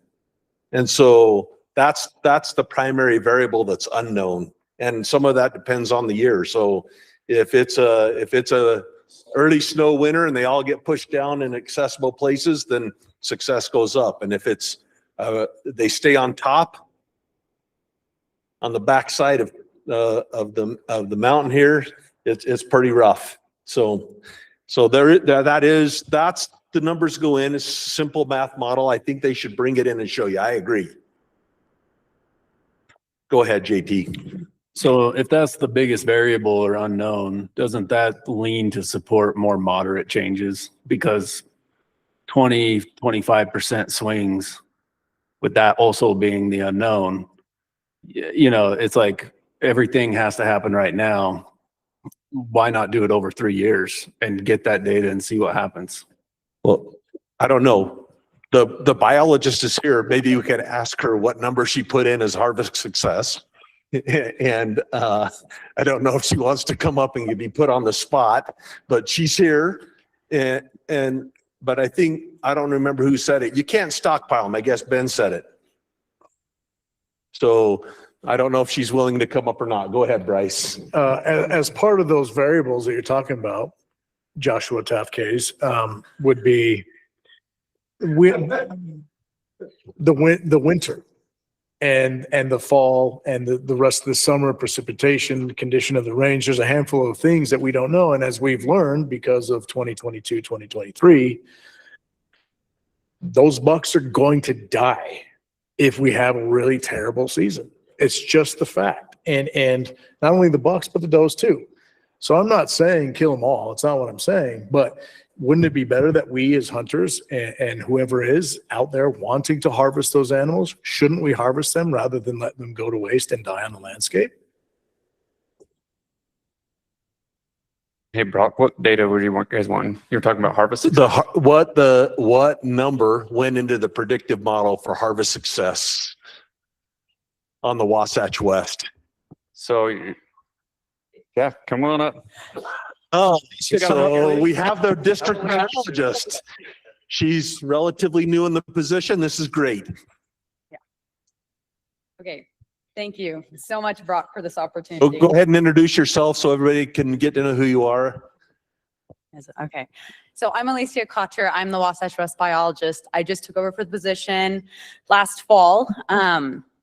And I am very happy to be here and happy to talk about the data points. So in this model, so when you were talking about the percent success rates, it kind of builds it in for us at really high percentages. And you might know this better than me. Is it looking at the 3-year average or the 5-year average? Okay, so it's looking at a 5-year average. And so we're looking 5 years of what was our highest success, what was our lowest success, what is our average. So in the last 5 years, our lowest success was in 2023, which makes sense. That was a really hard winter. So we're looking at about 10%. Our highest success was 23%. Our average is about 18%. And when you look back at the data, we do float between 18 to 20 and we get a lot of fluctuations. So we put in what I put in based on our numbers, based on what we've been seeing for the last few years, is we're anticipating about a 90% survival because we have been high. We were at 90 and then we had that bad winter and then we jumped back up to 90, 92, and then I think we were a little bit higher and then we went back down to 92. So 90 is probably on the nose of where we're going to be because our population's growing. We lost a lot of animals, so they're growing quick. Also, our fawn to doe ratio was extremely high, so we're expecting great survival. Of course, there's the weather variables that we can't account for, so that is our biggest unknown. And then our fawn survival rate, we're estimating at about 70, which is about average of what we've been seeing on the Wasatch for the last few years. So based on those unknowns, if we had our highest success that we've ever had, then we are going to be looking at a buck to doe ratio of 16, which is our average. That's what we're shooting for. That is high success. And that's usually not what we see on the Wasatch. With average success, our buck to doe ratio is going to jump to closer to 21. With this recommendation. With this recommendation, yes, with this recommendation. And keep in mind, these are all prospective mathematical numbers. With a low success rate, our buck to doe ratio with those numbers, if we're accurate on 90% survival, 70% fawn survival, with low success, we can see a buck to doe ratio jump up to as high as 27% or 27 bucks to doe. So those are our numbers. That was a lot of numbers I just threw at you. Any? In the 22-23 year, what was the winter killed, or like how many died during that bad winter? Our survival, like, are you asking what our survival was? Yeah, well, essentially. 30. Sorry, essentially, if we have a bad winter this year, is that unit going to take a huge dip again? I'm gonna pull my laptop. Yeah, if we have a bad What's on your winter laptop? and it stays this dry all summer, all You're those looking at- bucks that are there are gonna die. 30%, right? Yeah, it's 33%. Yeah, so it was 33% if we have another record winter. Yeah. So. Go ahead, Scott. So a question for Mike. Historically, this model's been really good at keeping us within the buck to doe ratios that we want. What's the frequency that we're so far off that you really have to adjust the next year?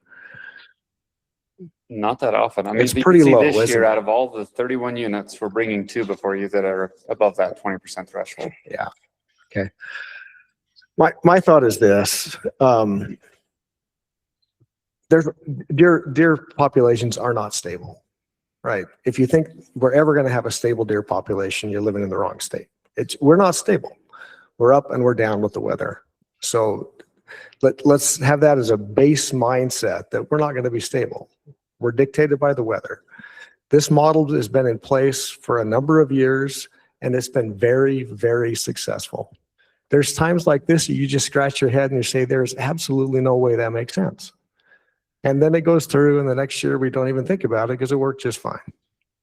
So I think the bottom line is those numbers scare me, those big jumps like that, but I'm comfortable with the model.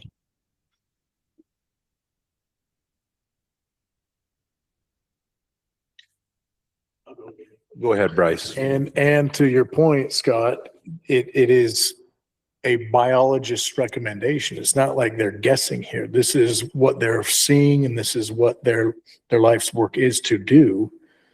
It's not a guess. I also felt the grief that we've all heard from the public, and I don't know if the full 20, what did you say it was, 22%? I don't know if that's the answer, but if it means a couple more kids get to knock down a couple forkies and we just take a back seat and shoot a 4-point next year, then I'm okay with that. I really am. And, you know, I mean, I guess we'll see what motions look like, but. If I could have one last comment there. Go ahead, Scott. And I guess this is kind of the driving factor for me, is that between a low harvest of between 10 and 12% and a high harvest of around 30%, hunter satisfaction changed from 3.1 to 3.4.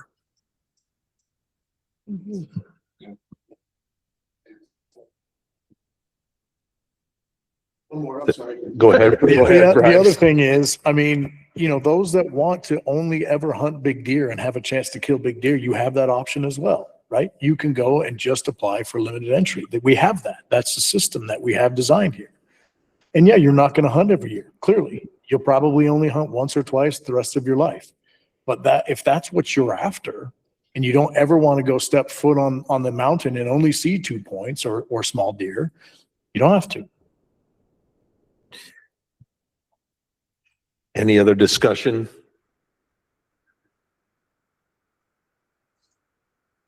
I would entertain motions or motion. Go ahead, Eric. I'd make a motion that we accept the proposal by the DWR as it is. I'll second that motion. Okay, we have a motion and a second that we accept the division's proposal as recommended. Discussion on the motion that's on the table. Notice his mic wasn't on. Go ahead, Josh. So one of the public comments, it was on the elk numbers, but it was citing a situation that happened on the Nebo a few years ago where we saw these big dramatic tag allocation increases with the hope of getting back in that case to an average age class of harvest. And because the swing was so big and somewhat sudden, we way overshot and then spent quite a number of years moving it back up. And the comment just stood out to me because I understand the predictive models, I understand all that, but I don't think there's a problem with being conservative and moderate in your increases.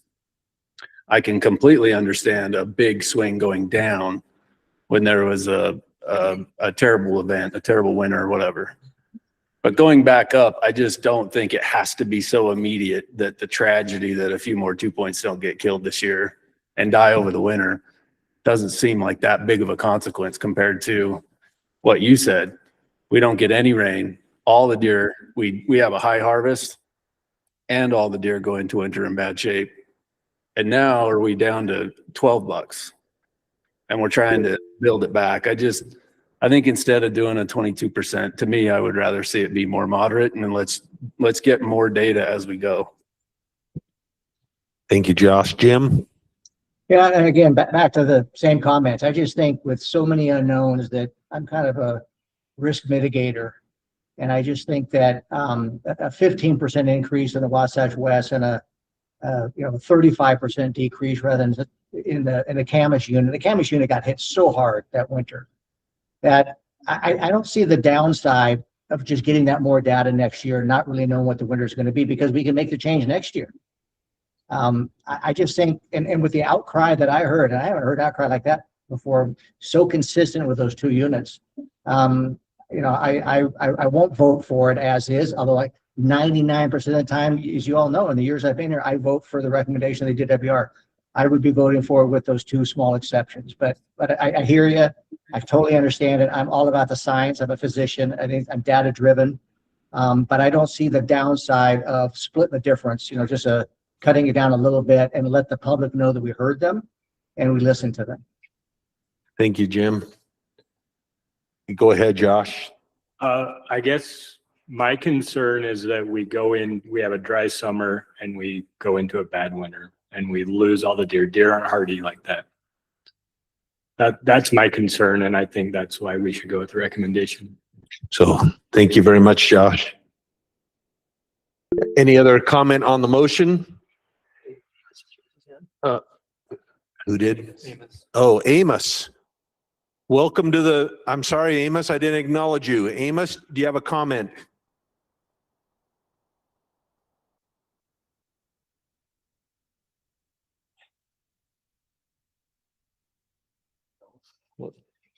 Amos, you're on mute. If we can't hear you right now, if you're making a comment. Yeah, can you hear me now? Yes, we got you. Yeah, so those of you out there that know me, I'm Amos Murphy. I'm out here in the Ivapot area, Deep Creek Range area. I've listened to all the comments that were here present. You know, we've spent a lot of time listening and discussing to this point, and I feel that majority of some of the comments that were brought up were very, very interesting and very concerning.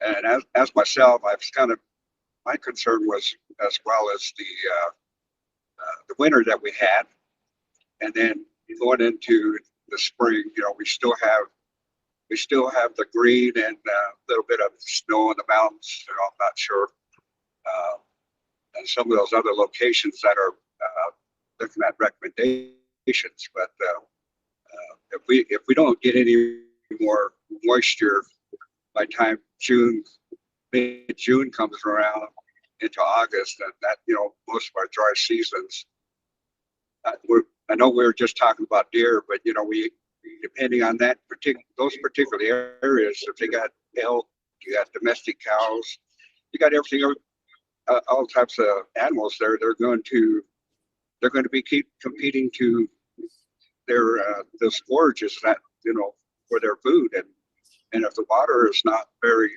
plentiful, they're going to be competing with each other, and that's going to really put a damper on what November is going to look like. If we don't get any more moisture, and if we get you know, I think we look at more of a early winter, that would probably help out. But by that time, I think some of our herd's going to be the deer, elk, and everything out there is going to be hurting because they're going to be malnourished, you know. And I don't think it'd be really worth some of those animals are going to be just all worn out and everything. So that's kind of my concern if those moistures and everything don't come out. And that's what that's what we're going to be hunting if we start in increase. I know it's a little increase, but it may hurt us in those areas. So I just wanted to point that out. You know, I'm not. If a good motion comes up, I would really probably be in favor of that. But right now, I'm not really fully 100% with the recommendation that's presented. So I just wanted to say that. Thank you. Thank you, Amos. Go ahead, John. I'm okay overall with the recommendation, with the exception, as Jim has pointed out, and some other folks up here. I think that Camas and the Wasatch Mountain West are statistical outliers, and that their 2026 permits need to be decreased significantly. Certainly, Wasatch Mountain West could make do with no increase, and Camas a further decrease. Other than that, I'd be okay with the rest of the suggestions. Thanks. So we have a motion on the table. The only way that we do that is if this motion is voted down. And so, or it could be amended with a friendly amendment if somebody wanted. Okay, let's call the question on the motion and see where we're at. So all those in favor of the motion that is on the table, raise your hand. 6, 7. All those that are opposed, raise your hand.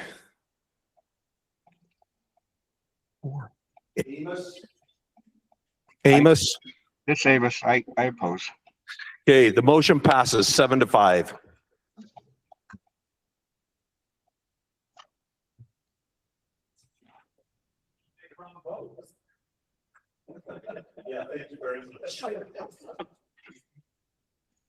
The next item on the agenda is item number 6, once in a lifetime. Recommendations, Rusty Robinson. What's that? Oh, I'm sorry, Dr. Rusty Robinson. Any questions from the RAC for Dr. Robinson?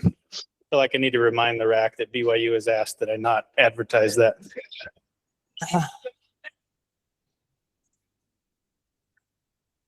We sent him a formal letter.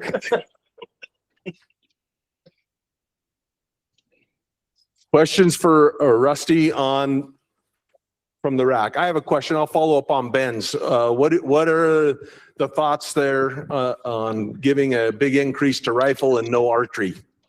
Yeah, I talked to the biologist today about that, and he just said that archery hunt is so successful. It's as successful as any illegal weapon hunts, and so he didn't feel like a proportional increase was needed. With that said, he's flexible, and if a motion was made to increase that a little bit, he's okay with that too.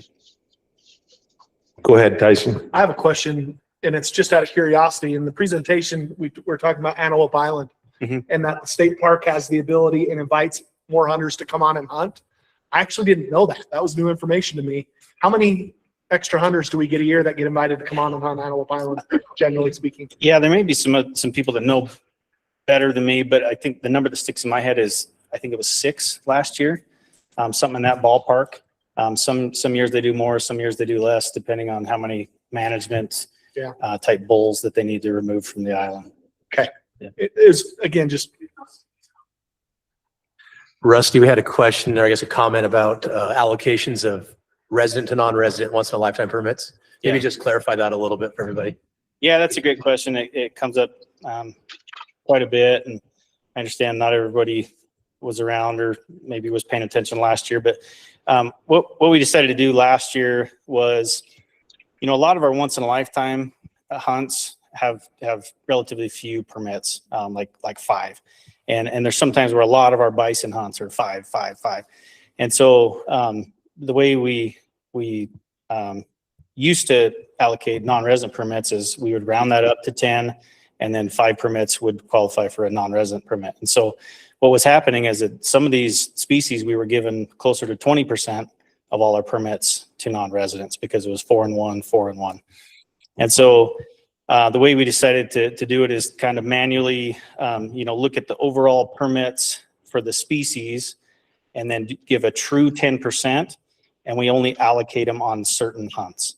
And so you may see certain hunts that look like they have a disproportionate number of non-resident permits. For example, the Book Cliffs, we have the Book Cliffs Bitter Creek and the Book Cliffs Little Creek South, and with all those hunts on those 2 units, we only offer 1 non-resident hunt, but it's 7 permits. So that were 8 resident permits and 7 non-resident permits. But all those other hunts only are allocated to residents. And so I understand it causes some confusion, and maybe if that's your backyard and that's your hunt, you're a little frustrated with that, but we felt like that was a fair way to do it in order to offer non-residents some bonus permits, get some people through the point pool, and to offer them a true 10%. So. Go ahead, John. Rusty, what's the total number of bison in huntable areas of the state? Total number of bison? Yeah. That's a great question. The way we manage bison, our unit plans on both the Book Cliffs and the Henry Mountains, we manage to an overall adult population. And so I'm sure our biologists have a really good grasp on how many calves are being recruited every year, but I only keep track of the total adult number. And so the objective on the Henry Mountains is 325 adults.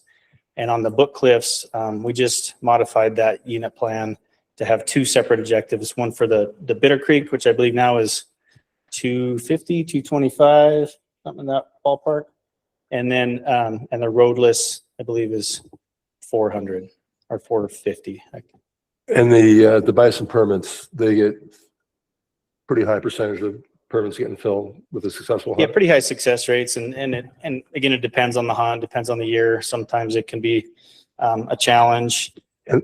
Bison respond really well to hunting pressure. And so we constantly have to adapt and change the way we hunt bison. As they catch on, they start to modify their behavior, and we do something different, try to catch them off guard a little And bit. that population's been, I'm asking, not telling, steady over the last 5 years or so. Yeah, probably increasing in the Book Cliffs a little bit, and the Henry Mountains, depending on the year. For example, last year with persistent drought, we decided to drop that population down to about 280 adults, and that's where we're recommending to keep it this year, anticipating some drought. And so, yeah, we keep them pretty stable. Got it. Thank you. Yeah. JT.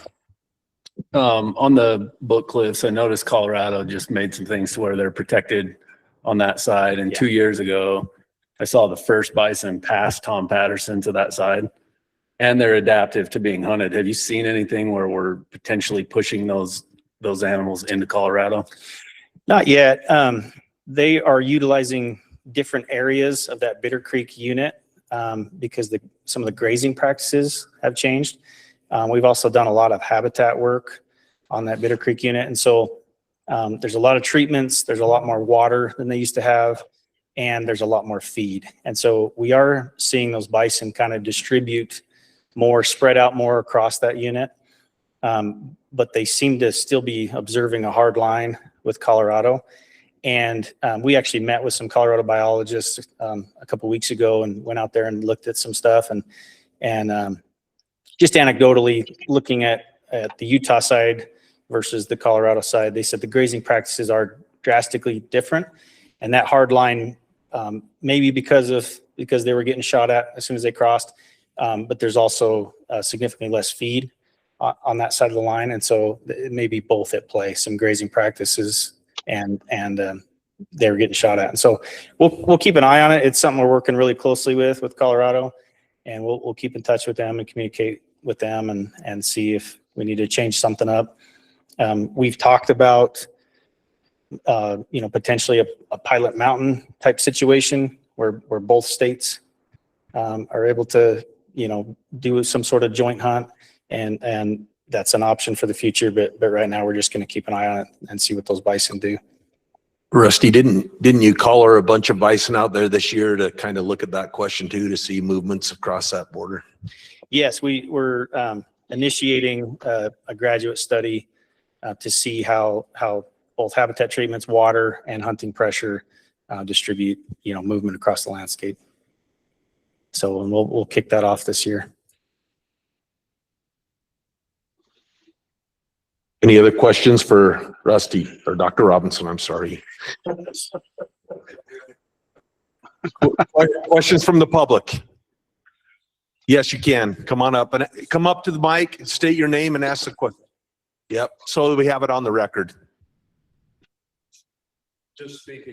Just speaking to what he was talking about just now, my wife had a bison tag on the Bitter Creek last year, 2025.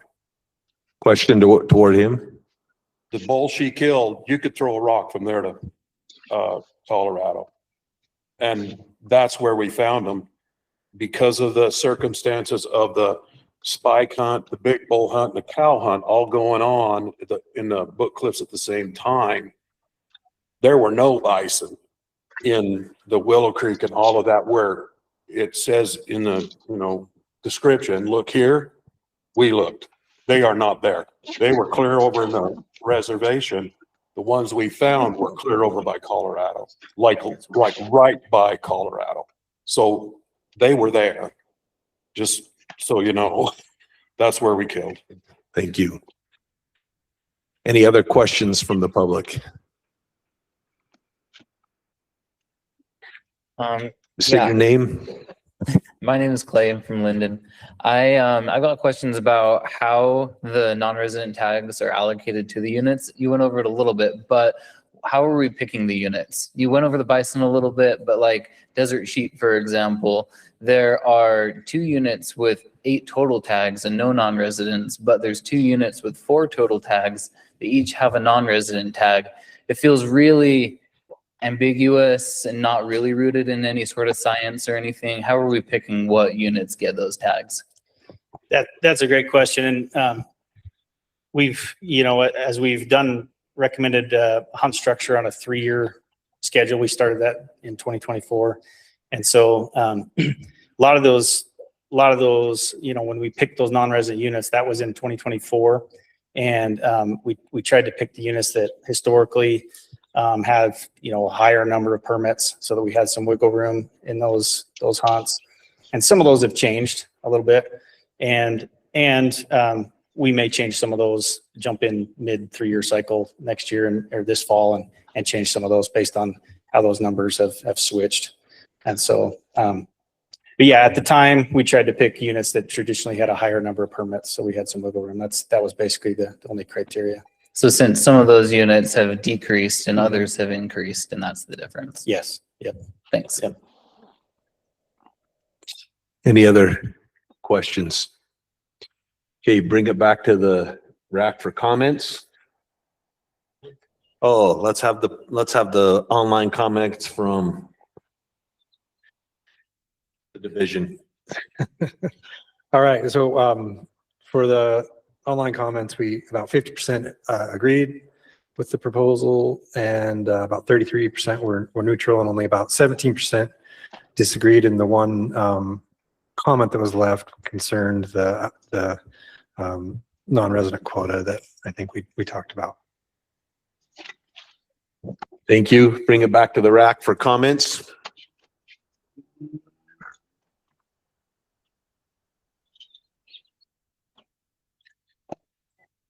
Seeing none, we'll go to the public for comments.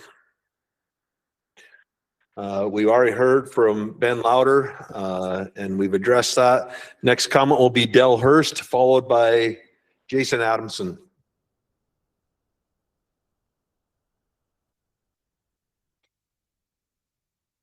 I'm just going to talk about basically what I talked about before.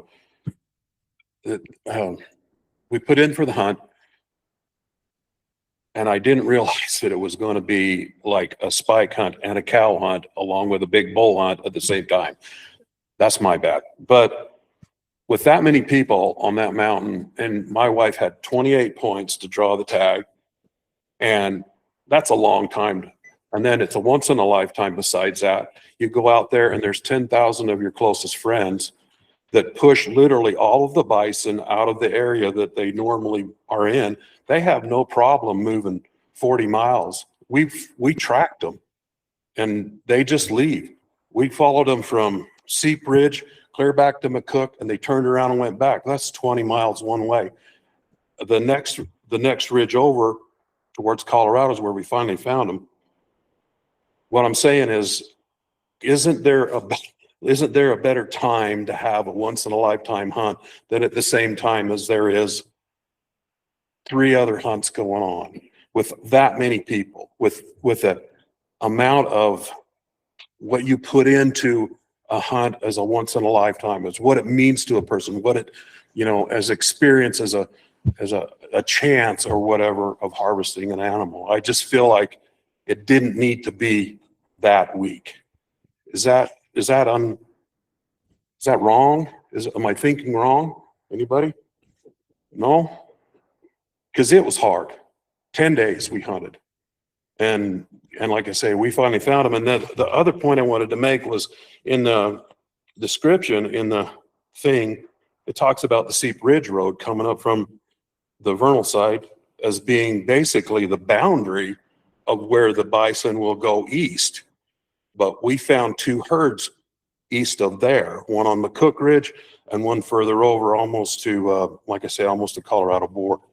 So 2 separate herds. And so I just feel like maybe that should be rewritten or updated maybe. And that's all I have to say. Thank you very much. Jason, followed by Greg King. Oh, I would like to tell you guys, I really appreciate what you're doing.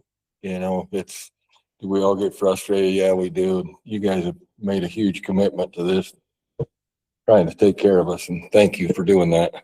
On these once in a lifetime tags, I would really like to see more archery tags, especially on the sheep units. And I think you said something about the sheep units and archery tags. I was having a hard time hearing you, but like, you know, that Dirty Devil tag, it's been like a 50% success for quite a while, and it's the only archery tag. Why can't we have some archery tags on some of the other units? And if nothing else, it just burns people's points if they want to gamble them on an archery hunt. That is a hard archery hunt. If they want to do it, let them.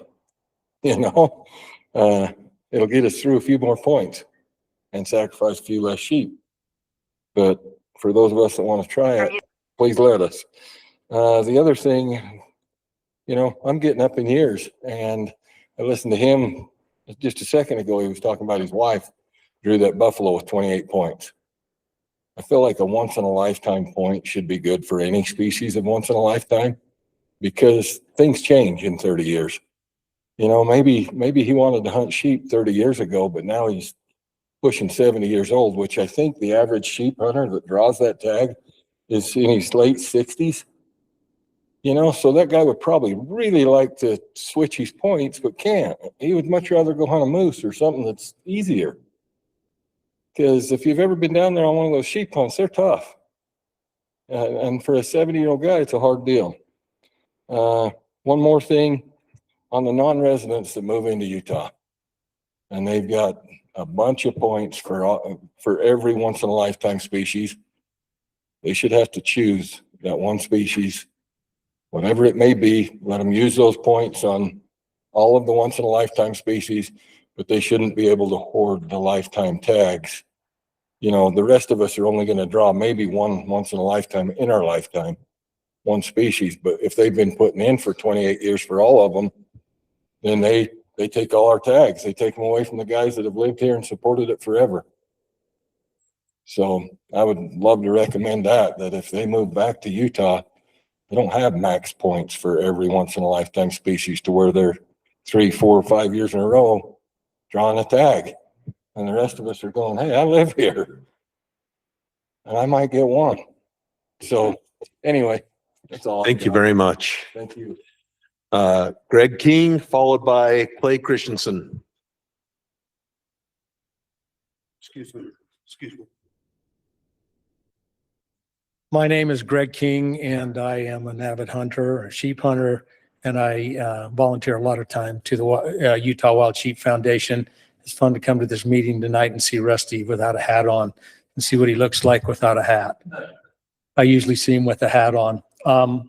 I looked at the proposal and the once in a lifetime numbers. I've been applying for hunts for a long time in Utah, and I've been very fortunate to draw 2 lifetime tags here in Utah, desert sheep tag and a moose tag.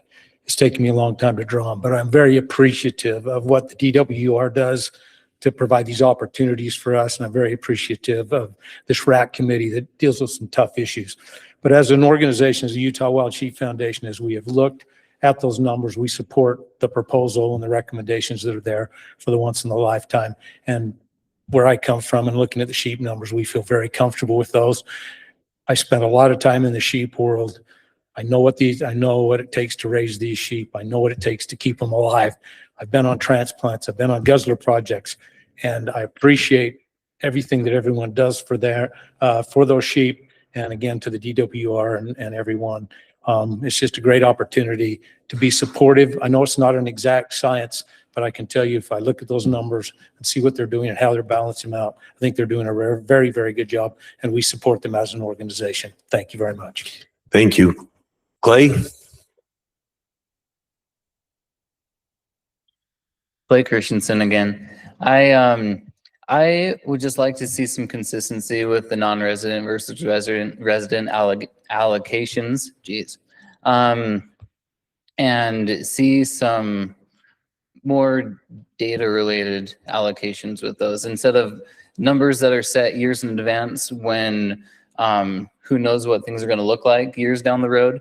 I know that it was mentioned that before they did it as by species instead of by unit, they felt like they were giving a lot of permits to non-residents because they were ending up with 20% and a lot of units with 5 tags. But now that they're doing it by total species and allocating 10% of that, I think in most, I think they're actually giving a lot more tags to non-residents in total. If we look at the bison numbers from this year, non-residents are getting 3 more tags, or would get 3 more tags if we did it by unit. But if we did it by unit and just year to year, normal, like we do deer and elk, desert sheep, residents would gain 3 tags that currently non-residents are getting. Rocky Mountain sheep hunters would get 1 tag that currently non-residents are getting. No, they would get 2. Mountain goats would get 1. So residents are losing opportunity.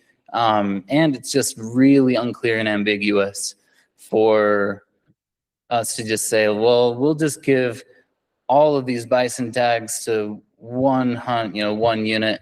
You could make the argument that on the bison is beneficial to the residents because it leaves the good, easy unit to all the residents and gives the non-residents the really hard unit in the last hunt of the season. But in other cases, like, desert sheep, for example, the non-residents are getting, 2 out of 10 tags. And if there's that many sheep and it's that good of a unit, well, then you're taking that good tag away from a resident. So I'd like to see more consistency there to support residents. Thank you very much. Bring it back to the RAC for discussion.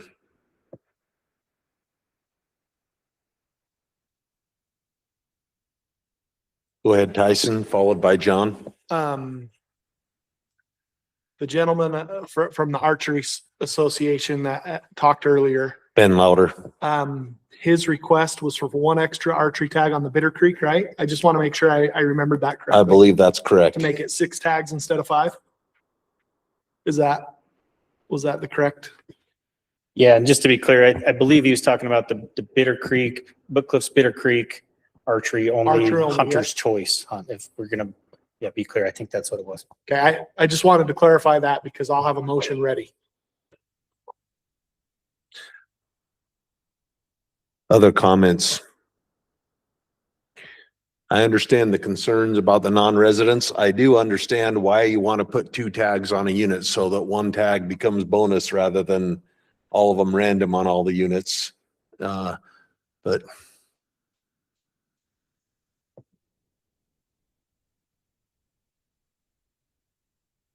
go ahead, Josh.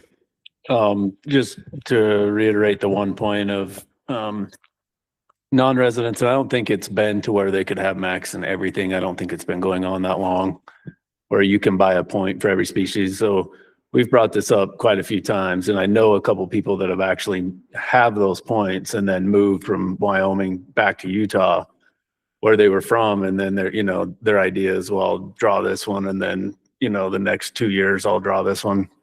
They didn't have enough points to execute that, but that is a problem that I feel like we should probably correct. I agree. This probably isn't the RAC meeting, but I agree that I even appreciate the comment that you should be able to jump your once in a lifetime points. If you're 80, it's hard to do a sheep hunt, and it would be great if you could just jump them to a moose hunt.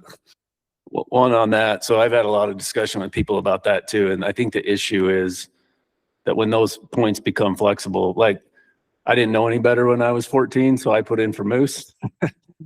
Well, I would be jumping ship now with 25 points into sheep, where I've got an uncle that's been putting in for sheep his whole life.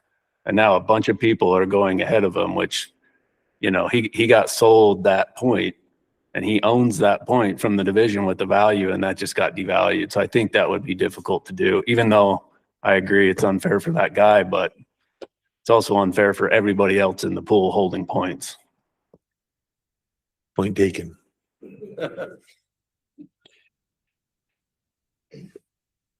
If there's no, go ahead. Maybe there's some species that we just shouldn't have bonus points for.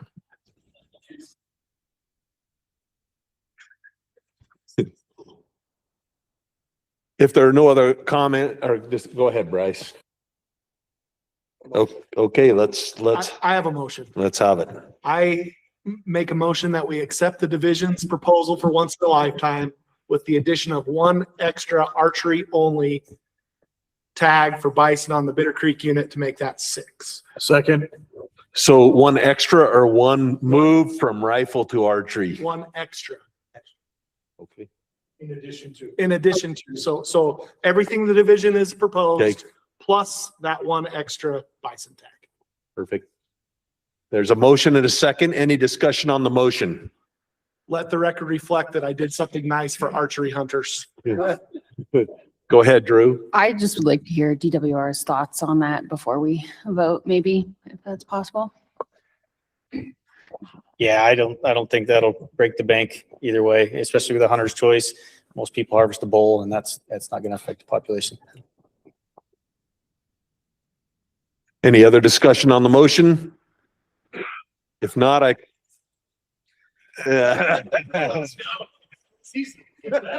I'll call the question. All those in favor of the motion, raise your hand. With the addition, Jim, Amos is he left? Oh, no, he's there. There, Amos. Yes, I'm in favor. Excellent. Passes unanimously. Next agenda item is bull elk permit recommendations. Agenda item number 7. We'll invite Mike Wardle up, and we have questions for Mike.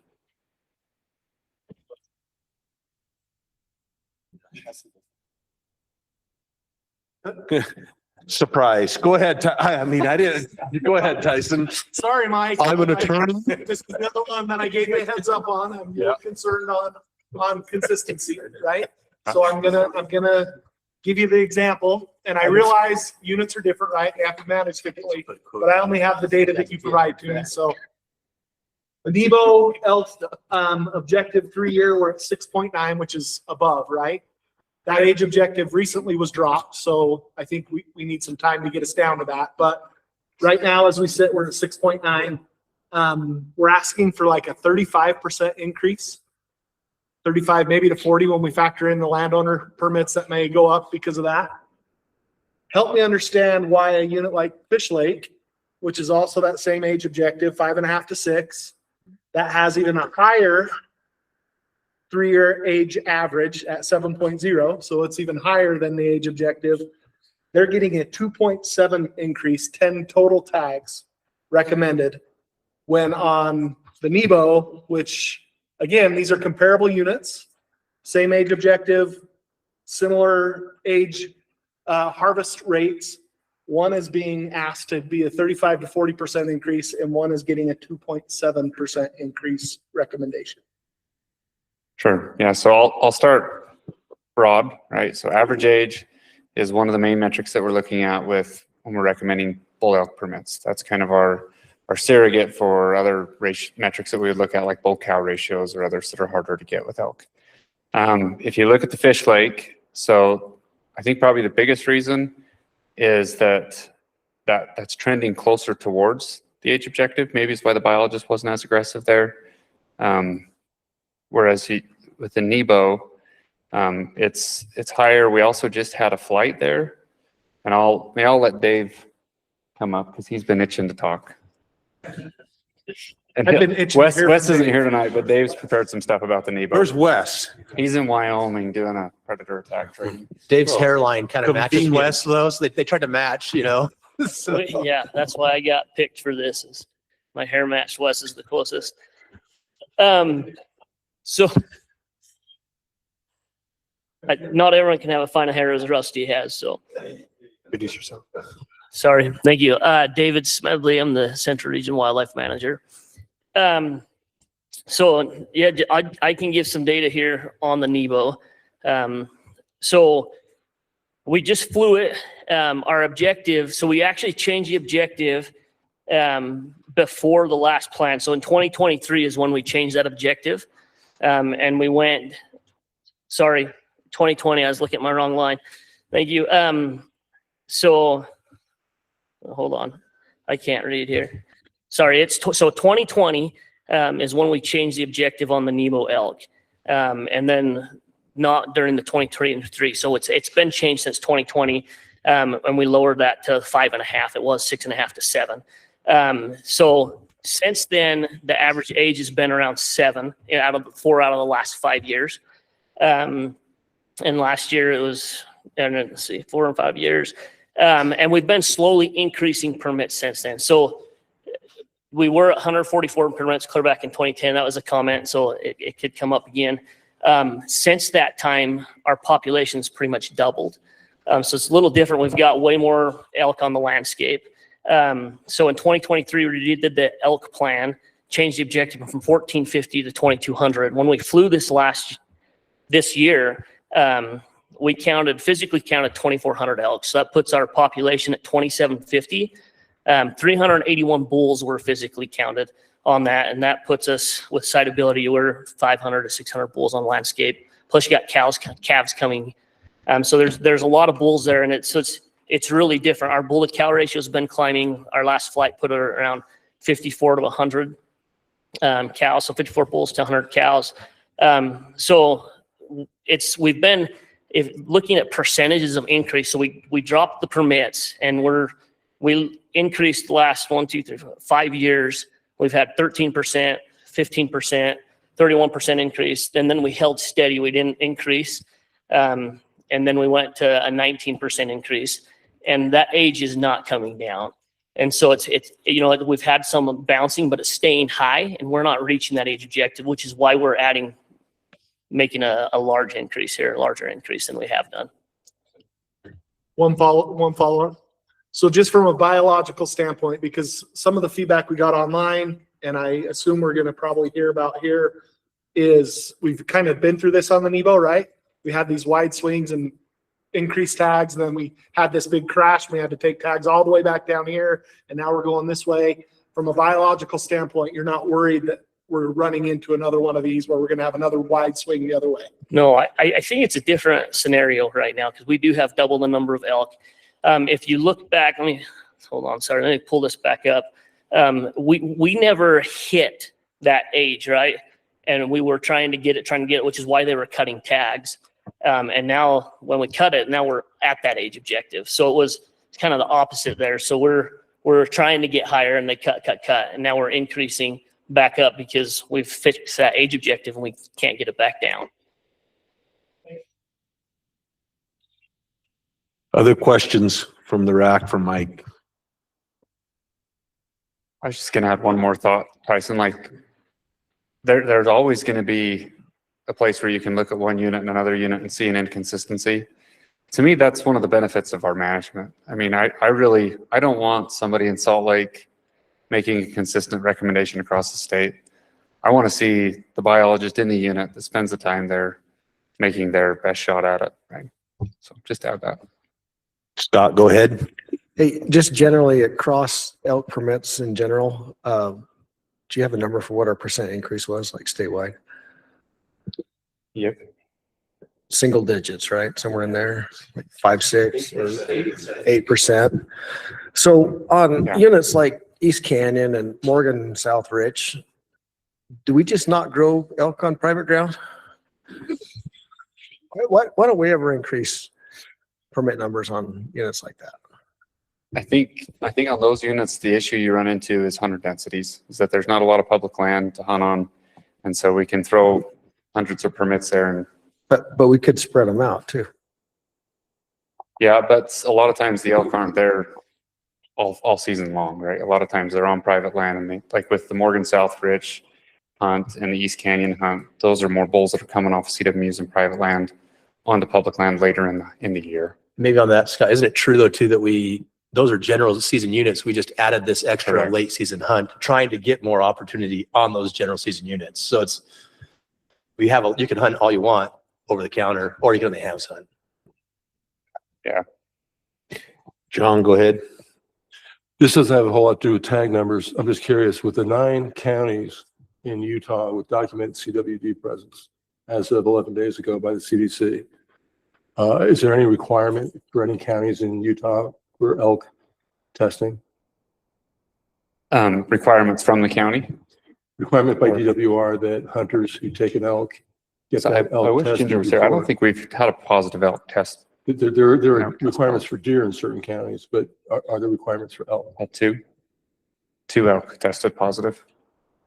So we haven't, no, we're not actively picking units and trying to get samples as we are with deer. It's because it's a lot more common in deer here in Utah. Granted, but it is found in elk as well. Correct. Okay, great. Thank you. Any other questions from the RAC? Questions from the public? Mike? So we're managing the elk by age objective. So you're relying on hunters to get the teeth back, correct? Correct. So what's your return rate on your teeth? It varies by unit, but I think, you have that handy? So looking at the Nebo in 2025, depending on the hunt, you're anywhere from 60 to 100%. And what about like statewide? Is that generally what you're going to be seeing statewide? Yeah. So depend on the hunt. Who have the lowest? What group of hunters are we going to penalize? Oh, the late hunt. I got lost in the mail with the Christmas cards.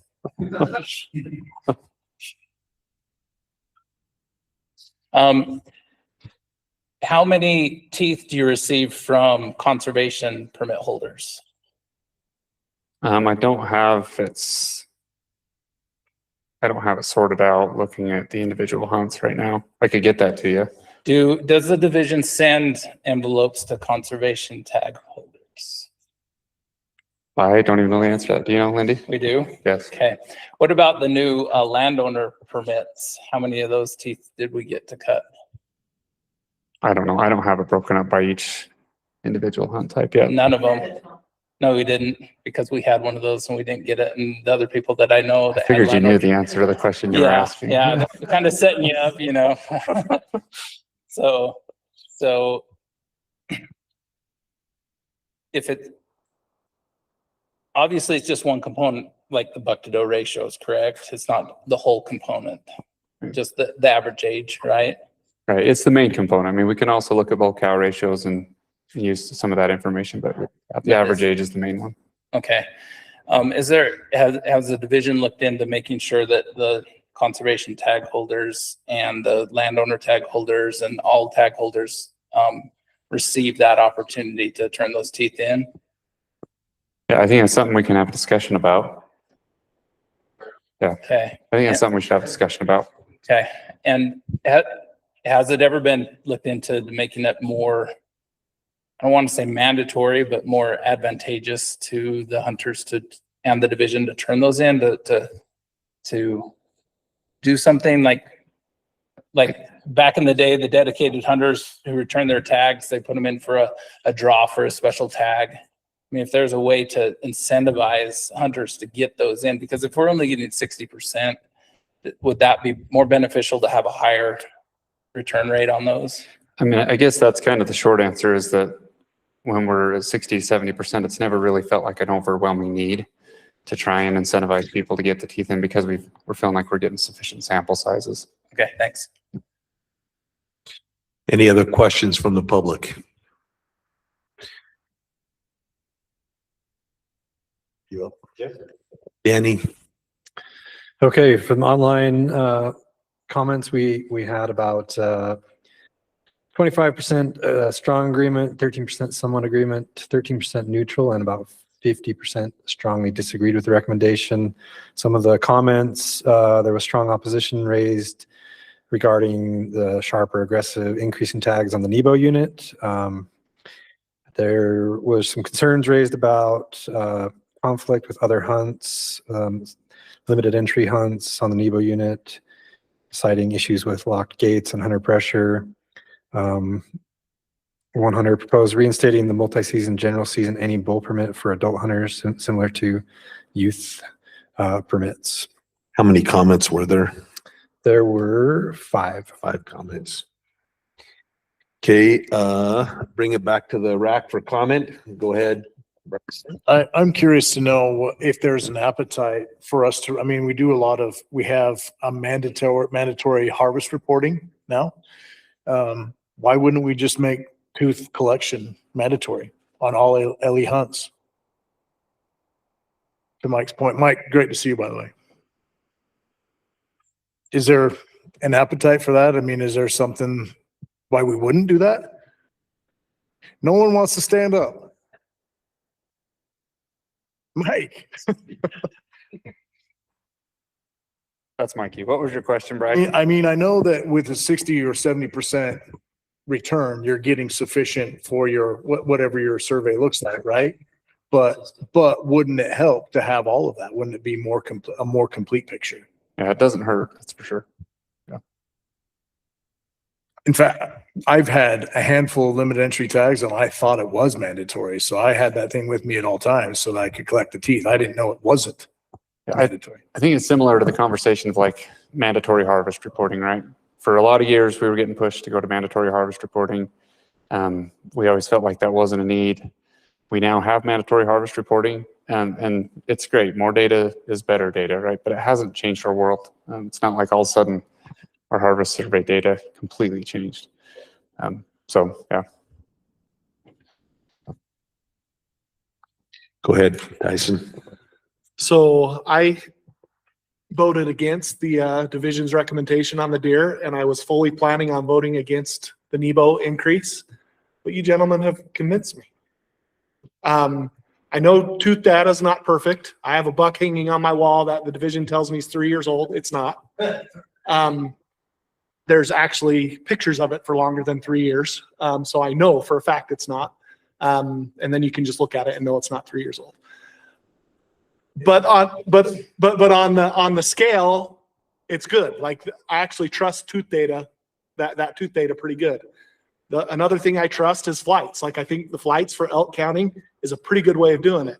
The deer stuff still feels like voodoo magic to me. I don't understand it, but I understand getting in a plane or a helicopter and flying and counting elk. Like that is logical. It makes sense in my brain. So when you say that these numbers are there, you've convinced me. Well done, gentlemen.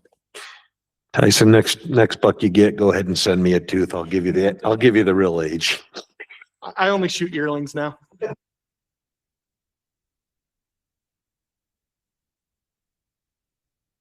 Go ahead, JT. Not to beat a dead horse, but something I found interesting in Tyson's comment there was, I came in feeling one way. Just a brief description of what happened changed his mind. It's just another point I think I want to make to maybe I'm leaning more into each biologist as they make those recommendations. Just provide a few paragraphs. What's the narrative of this unit? That would be great information for people who do the tag. All over the board. And I think people would be interested in having that description. I get it because I know some people, in the room, but all the people that I hunt with, they have no idea. I'm telling them, they hear about these changes and they're all upset in camp. And then I say, well, it was because of this and this. And then it's like, oh, well, that's not so bad. I just think we need more of that. We need more of that explanation. I agree. I mean, that's all the negative comments and calls I got. I spent hours on the phone the last couple of weeks trying to help.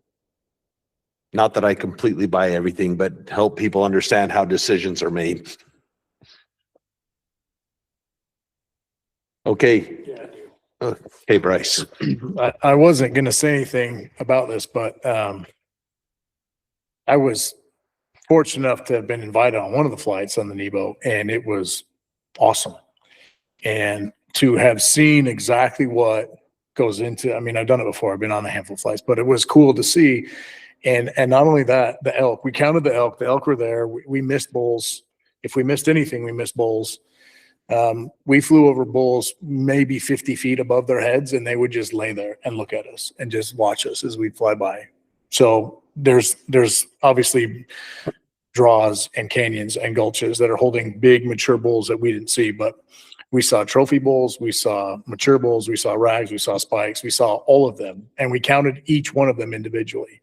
And so those numbers are not fictitious. It's not made up. It's real. And that's part of every unit is doing that. I would also add that we counted more elk, or sorry, more deer than elk on the Nebo, and we weren't even looking for them.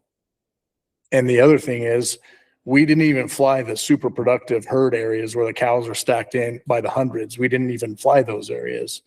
We flew just, I mean, one specific northwest corner of the unit, and we saw that many elk. So, and the deer were everywhere. You couldn't get away from deer from the top to the bottom.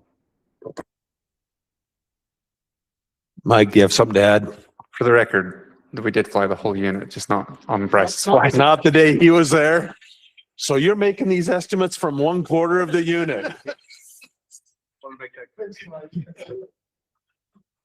Okay, time for public comments. We'll start with John Bear, followed by Clay Christensen.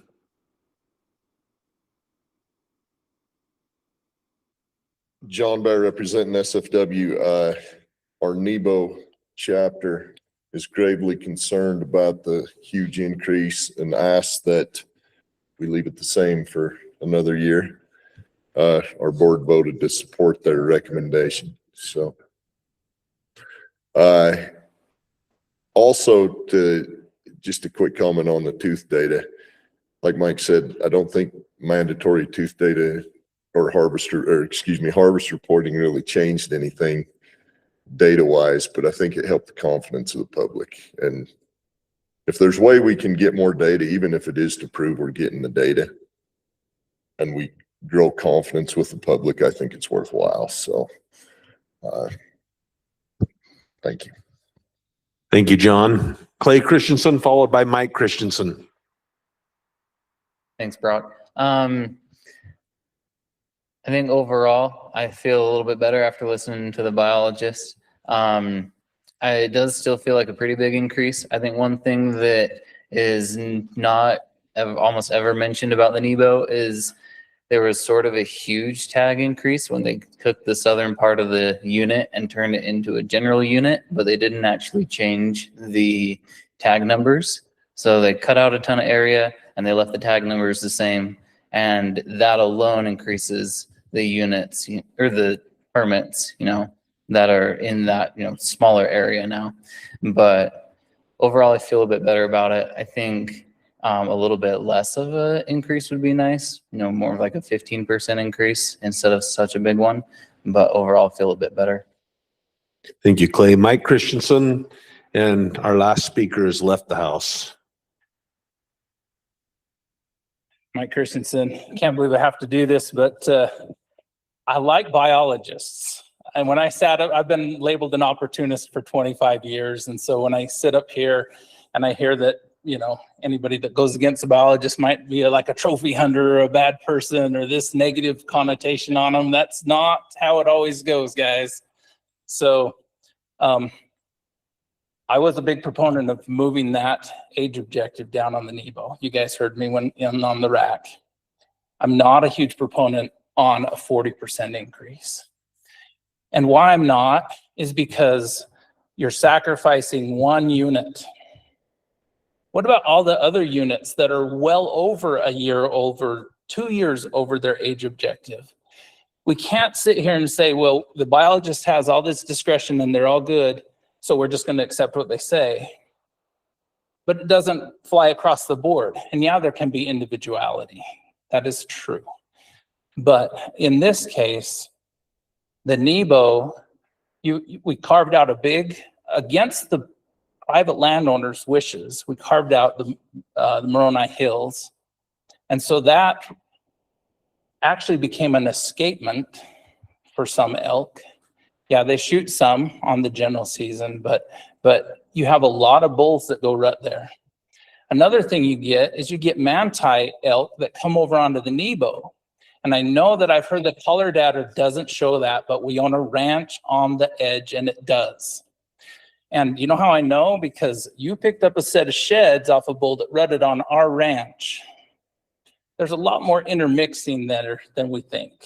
And I'm not saying that the Nebo shouldn't get a tag increase, but I think 40%, again, like you guys just voted for a huge increase on a unit that's within the buck to doe ratio.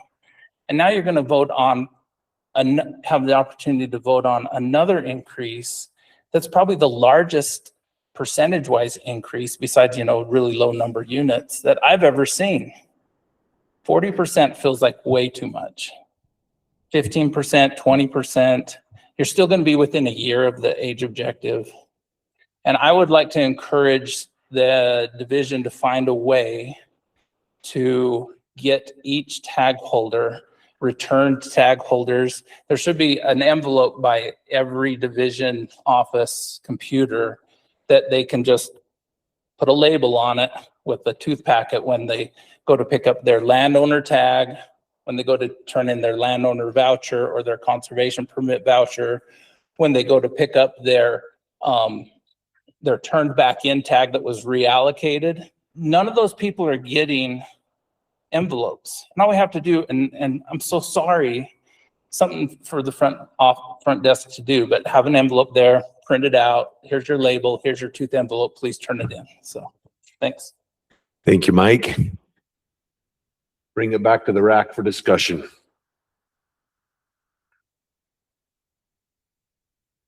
First off, I was surprised we didn't have anybody talk about the Wasatch cuts. It's kind of funny, right? I was like, oh, when I saw the presentation, like, oh, people are gonna be mad. We took more opportunity off the Wasatch, and we had like I think no comments about the Wasatch either here and online. The Nebo, Mike, I'm with you on this one a little bit, but I hate when people are like, I hunted the Nebo, it's like, but I spent all fall last year on the Nebo and I saw so many elk. And my son had a cow tag. We were down there almost every weekend from November through January 2nd when he shot his cow finally. And in fact, he wanted to shoot a cow that the division just collared. And it was like standing there like 2 yards away and we had helped collar it. And he's like, Dad, I can shoot that cow now. And I was like, don't shoot that cow. That would not be good. But we just saw so many elk that I heard your concern. I read your comment, Mike, too, about the swing. And I always get nervous about the swing. But in this case, 40% is a lot, but I think it could support it. This is where, is the sky going to fall or not? I don't know. I'm just saying I support the recommendation overall, although I am hearing your comment, Mike, and there is a little bit of me going, is that too aggressive? I agree. I like the part too, that why aren't other units that are well over objective not increasing? That's a more important point to me, that we're squandering opportunity if they're not. Go ahead, Josh. So, I mean, the reason that I didn't vote on the deer was that big swing, and I just think the vulnerability is higher. I don't like the big swing, like on a unit like Nebo either, just because I feel like we've got time, and I don't think the consequence is as dire, right? I mean, the consequence is that fewer hunters hunt and there's more elk out there left. Well, we'll address it again next year and next year. I think more incremental, but I'm also not that worried about it given that it's elk. I've hunted a lot of elk units in the state, and you see this happen a lot, and that's why I have so much confidence in the age class, trying to manage to an age class, because you can really go to those units and see it. Like, you can see that age class is working, but they're so robust and their populations react so well. Nebo growing all those elk was a consequence of some big fires, right? And you saw that on Manti, you saw that on Fish Lake. I just think that their populations are so robust. I'm not as concerned about it. I'd be more likely to vote for this than the deer. But again, I just think that if we're going to go up, let's do it, in steps. And if we need to come down, then I'm okay doing it in bigger jumps. Any other discussion? And I'd accept a motion or motions.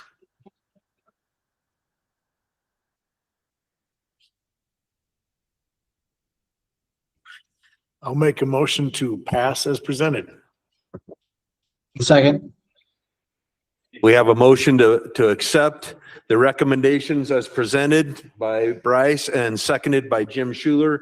Any discussion on the motion?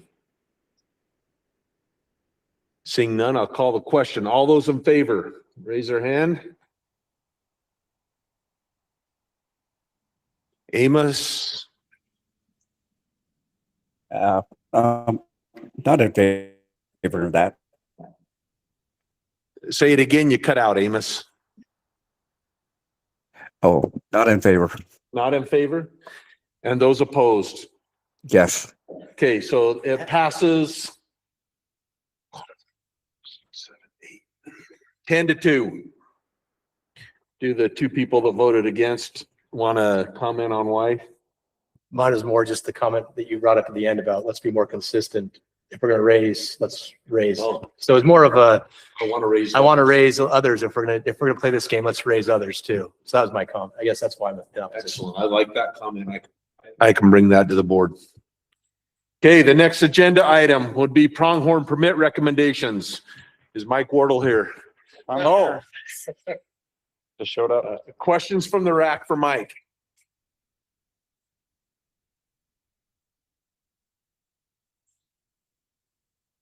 Maybe Mike, we heard a lot about Parker Plateau. Oh, yeah. It'd be good to talk about the Parker and why we're getting even, aggressive again on the Parker. Sure. Short answer is we're above population objective. The Parker is a tough unit because if you hunt it too hard, those pronghorn will move. We've tried to spread out hunts. I think this will be in the antlerless portion, but I think she's got like 9 different doe hunts. She's trying to do short periods of time, so we're not just fully blowing them off the flats. Any other questions from the rack? Questions from the public?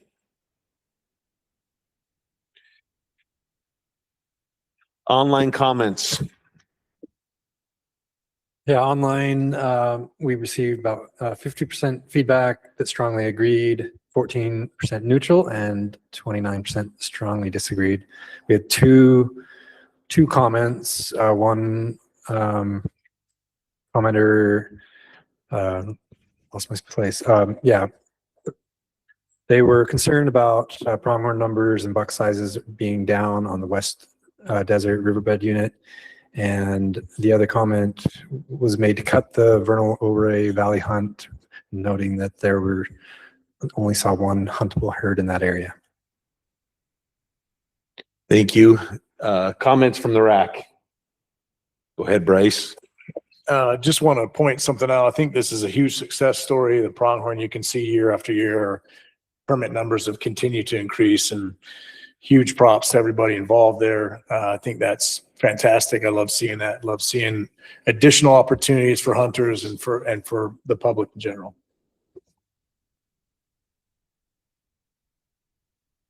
I'd reiterate that. I've been on a couple pronghorn units, and the amount of I don't know who's doing all of them, but the amount of water improvements is impressive. It's like probably the biggest habitat improvement story I've ever been able to just visually see driving around. It's been great to see. We have no public comments, so I'll open up for discussion from the rack. Or a motion. On the pronghorn, I'd make a motion that we approve as presented. So we have a motion to approve as presented with a second. Any discussion on the motion? I'll call the question. All those in favor? Amos? In favor. Passes unanimously. The next agenda item is, Mike Wardle. This is going to be the antlerless permit recommendations. Any questions from the rack for Mike? Go ahead, Tyson. This includes the cow moose permits, right? I Yes. missed that in the once in a lifetime. Yep. That's in here. Why are we hunting cow moose? Like, it seems like the population moose seems to be a species that's struggling. We know bulls don't have babies. I understand that principle very well because of Mike tonight. Bucks and bulls don't have babies, but cows do. So why are we hunting cow moose? That's a great question. I think overall our moose population has been pretty stable since about 2010. And there's been years where, I mean, we've moved, I don't know, maybe Dave knows, but in the region, maybe 30 elk in a year. Some winters, I remember we moved moose. I remember we moved 10 moose in 3 days one time when I was here in the region. And so there gets to be some urban conflict issues with moose in the region on the Wasatch. And so we started that cow hunt just a way to, number one, offer some opportunity, but also to maybe keep some of that population in check as they spread into those, areas that are closer to population, human population, I mean. This year, well, backing up a couple years, we had that really hard winter in 22, 23, and hard winters are actually really good for moose. They help knock down tick loads, and then we typically see an associated increase in the couple of years following a hard winter. And we've seen that. They've done really well. With that said, this winter, we're seeing the opposite. We've had 2 mild winters in a row, and we're seeing the effects of really, really heavy tick loads. We're starting to lose calves, and just the last couple weeks, we've started to lose some adult cows. So is 5 permits going to make or break the Wasatch moose population? Probably not. But this year, I would understand, the sentiment to back off a little bit if that's what the RAC decides to do. But yeah, we'll probably see a decrease in moose population the next couple of years. And just to follow up, because I saw on social media a post about some of the studies being done on moose and the ticks and watching these moose die off. And so I was going to ask the follow-up. Are you concerned with that? Because it seemed concerning to me. I don't know moose very well, but it's concerning. Are we going to lose the whole population? Probably not. But you hate to see that population decline after we've built it up to what I feel like is a really good level. So yeah, I understand the concern. It's a totally fair question, totally fair comment. And a lot of these mortalities have happened in the last couple weeks. And so it's fairly fresh on our minds. We don't know the extent of it or what it's going to be. So I could totally understand if the RAC wanted to reduce those from 5 permits to 2 permits or something like that. I don't want to take the hunt off the books. But yeah. thank you. That was going to be my question, so go ahead, Maybe Scott. again, is it going to make or break the population? Probably not, but I understand the public sentiment on that. Could you expand on the biology? How does the tick kill the moose? These type of loads we're seeing as high as, if you do a transect measure 10 centimeters on a moose and you count the ticks on either side of that transect, we're 80 ticks per 10 centimeters. It's really, really high. And so you get that, those type of tick loads, they can become anemic, as you can imagine, and then they're susceptible to all kinds of stuff. So, it's been mostly calves to this point, but we are starting to see some adults. So when, if there was snow on the ground, which there isn't, when they stand up from a bed, there's 1,000 blood spots on the snow from where the ticks are feeding.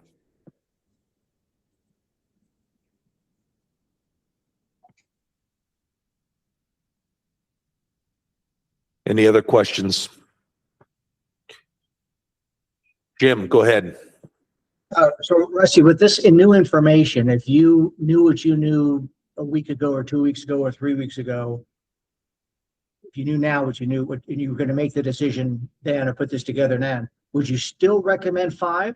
Or with this new information you know now, what would be your recommendation for us to consider if it was your choice? The biologist did express concern, the last couple of weeks. We've had conversations, and yeah, probably if we'd known what we know now a few weeks ago, we probably would have, knocked that down to 2 or 3 permits. At least I think that's what the biologist would have recommended. Is that accurate? So, yeah. Thank you. Good question. Any other questions from the RAC?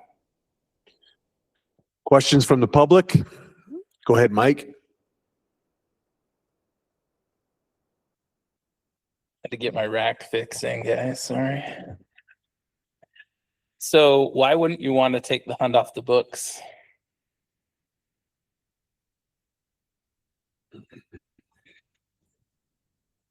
Just because it's there, and I don't like erasers.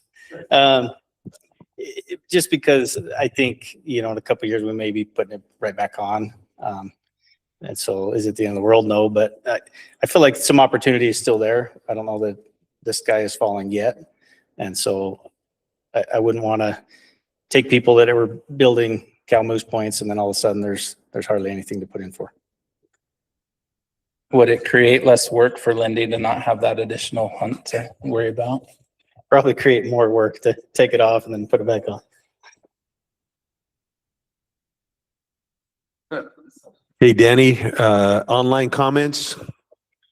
Yeah, online, we, overall about 57% were either in the agree or somewhat agree, 14% were neutral, and about 28% were somewhat disagree or strongly disagree.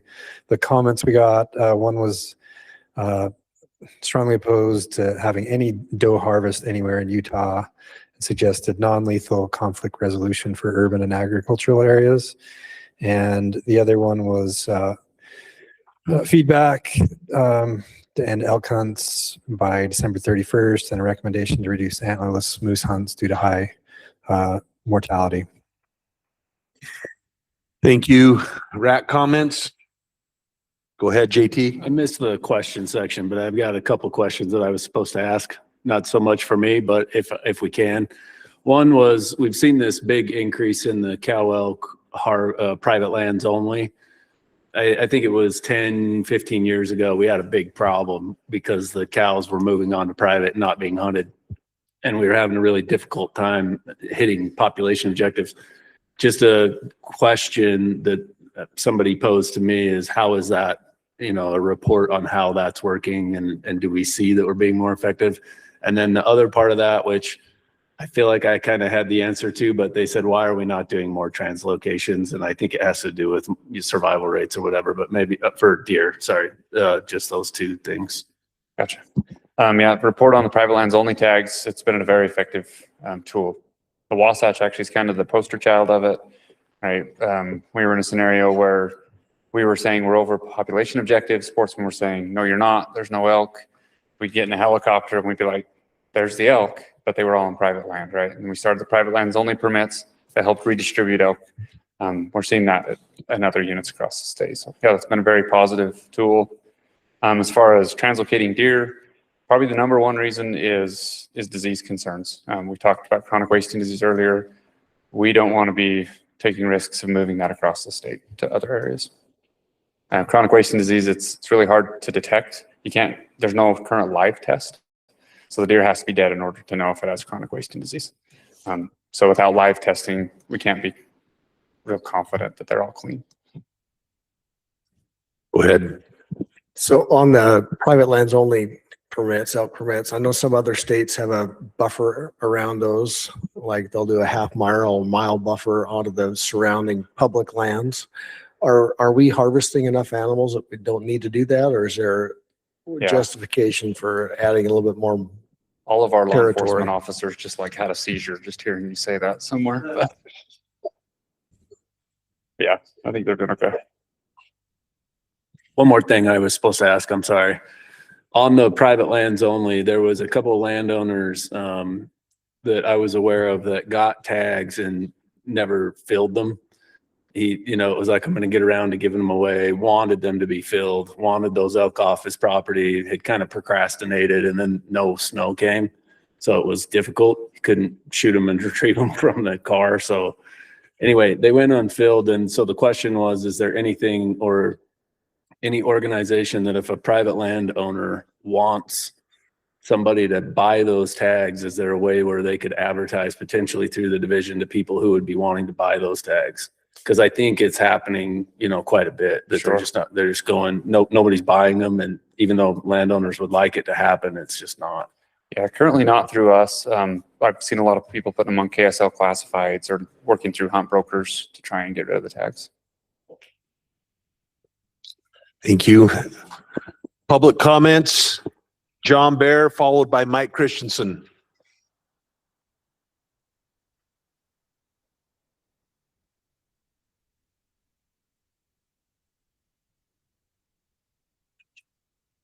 Did I turn that off? That was your bad? Just I'll the take button with the credit for it green if you light, want, John. but Button with the green light. the green light. Fine, so you're gonna have to help me. Button with the red light. The red light.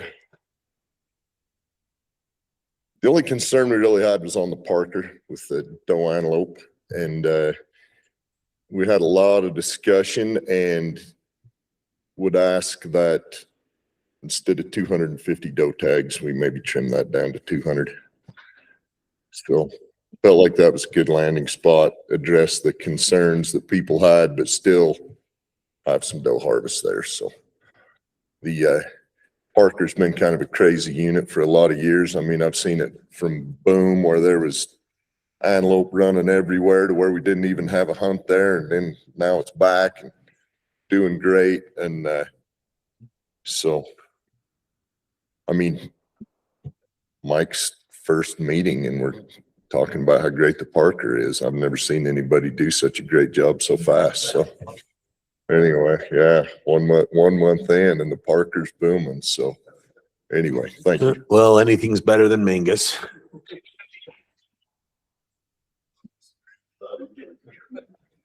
Hope Dax isn't watching.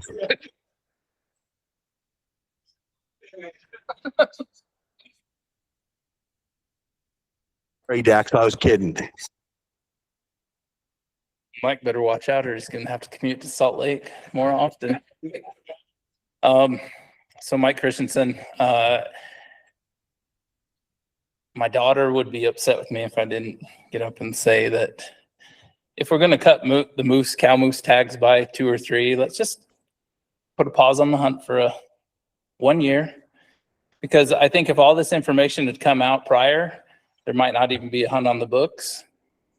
And so to give out 1 or 2 tags so we can move one person through the bonus point pool or whatever. And I just feel like that would be the wise thing would be just to discontinue the especially the Wasatch hunt. That's the only one I really know about. I've seen a lot of moose over the last 2 or 3 weeks and they're white because they're rubbed all the way on a moose. The lower ends of the hair are really gray and white, and they're just rubbed right down to almost their skin. And if we say 5 moose might not do anything, but at least it shows that we're recognizing that there could be a problem.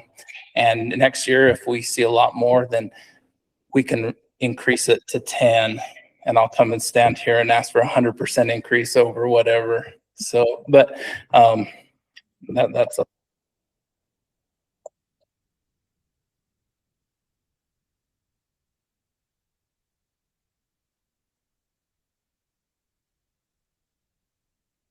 Okay, bring it back to the rack for discussion.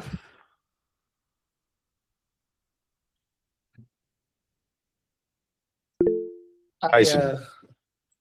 I asked the question, not realizing I was going to get the answer that I got earlier of why we hunt cow moose. It's always been a question of mine. I'm like, doesn't seem wise that we're doing this when our population isn't growing.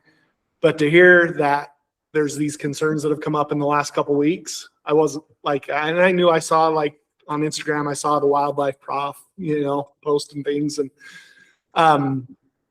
but I'm even more concerned now after hearing what I've heard tonight. I'm really concerned about the moose and the cow moose hunt. And so, yeah, that's really concerning to me. And I'll second Tyson's comments. Where I've seen moose for the last decade, I'm not seeing them this year. And the ones I do see look pitiful. So I think we got a real moose problem. Jim, go ahead. Well, actually, I didn't expect the discussion. I was going to make a motion. So if we're not ready to make a motion, I'll pause. Unless you're ready for a motion. Bryce has a comment first. I agree. I think I agree with the cow moose. I mean, with the exception of bison, it's never really made sense to me why we're hunting the once in a lifetime species, the females, period, if we're trying to grow them. But I mean, I understand there are circumstances and there are probably a handful of reasons, but I feel like those are probably more like a variance than anything. If you have to go and take one specific or 2 or 3, I'd rather see that than let's try to kill X amount per year. It probably sounds ridiculous for me to say that, but if we're trying to grow these animals, and also their moose specifically are struggling, we already know that. So, I mean, Rusty says leave 2 on there. I would say that's a starting point for sure for us. I think, I don't know how you guys feel. JT. Yeah, I'd support reducing those to 2 or 0. Either way, I would be fine with that. And also the Parker Pronghorn from 250 to 200 as well. I don't understand all the, complications with that herd there or how that came about, but it does seem like an awful lot. How far over objective is the Parker Mountain? The objective is 1,500. We're almost 1,800 pronghorn. Isn't the problem, I guess, isn't the problem on the Parker, though, a lot of those pronghorn, they'll move south onto the boulder. They'll move kind of just tougher to hunt. Once They'll you move get up in the pressure. timber Yeah. if you push them too hard. So she's actually, this past couple of years, she split it into 3 different units. So she's got the Parker Mountain Hunt, that's the whole hunt, Parker Highlands, and a Parker Plains. That's right. Trying to distribute hunting pressure to different areas. And again, like she's got seven different hunts, different doe hunts, trying to split them up throughout the fall so that not everybody's pressuring at the same time. I'd support a motion as well that reduces that a little bit. And then on the moose, the number, if it's 0 or 2, I'm kind of like, let's get a couple people through the system, but I don't know. Let's just get rid of bonus points on once in a lifetime. Scott said that earlier. We good? Yeah. I would, and I'm not making a motion right now, but I'm leaning more towards 0 on the moose. I think if there's a concern, let's be all in, like no half measures, right? I'm either way on the moose. On the pronghorn, if they're there, they're over by 300. I'm okay with keeping that one myself, but. Brock. Eric. Yeah, just, I think from, at least the BLM side, habitat management, forage management, these smaller populations once in a lifetimes, I think I could support any of those. Just, I don't know, I appreciate Mike's comment earlier in the process here when we're talking drought of triggers or causal factors that may look at higher numbers down the road if the drought continues the way it is, just to protect the habitat. And so I appreciate that. I just want to make sure that that's on the record, deer, elk, those kind of things. If numbers need to be reduced, that there's an opportunity there to protect the habitat, but the once in a lifetime, those smaller ones, I could support any reduction in tag numbers there.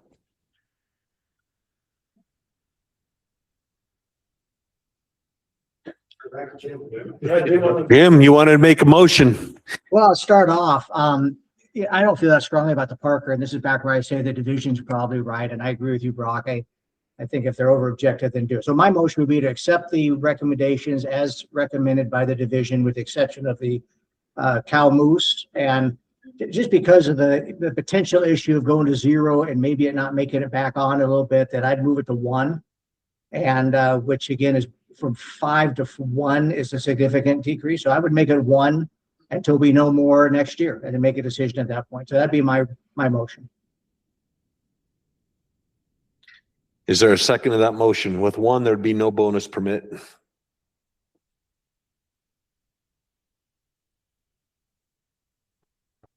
Is the only hunt for cow moose that 1-5? There's another one, right? There's Morgan South Ridge, an illegal weapon hunt with 7 permits, and an archery only cow moose hunt on Morgan South Ridge with 3 permits. So total of 15 statewide, including the recommended Wasatch of 5. Are all of them have issues? At this point, the motion fails for a lack of a second. So it either entertain other comments or motions. Bryce has a Rusty, I have a question for you. What do those in those other areas where there's cow moose hunts, how are those populations looking? I mean, is it something similar across the state? Is that what we're faced with? I talked to the biologist today, and the concern is not quite as alarming on the Morgan South Ridge. At least the biologist isn't hearing of dead moose everywhere. Cache is a little worse than Morgan Southridge, but neither one of them are as bad as we're seeing on the Wasatch. John? Yeah, I'd like to make a motion Sure. to accept the plan as written with the single change to have no moose cow hunt this year On any of the units. on any of the units. I think we're at the tip of the season where we're going to start seeing moose really suffer. Is there a second? Motion fails for lack of second. Now, I'll try. go ahead, Bryce. I would make a motion that we accept as proposed with the exception that we take the cow moose hunt in the Wasatch unit to 0. Okay, we have a motion with a second that we accept the division's proposal as recommended with the exception that the cow moose hunt on the Wasatch goes to 0.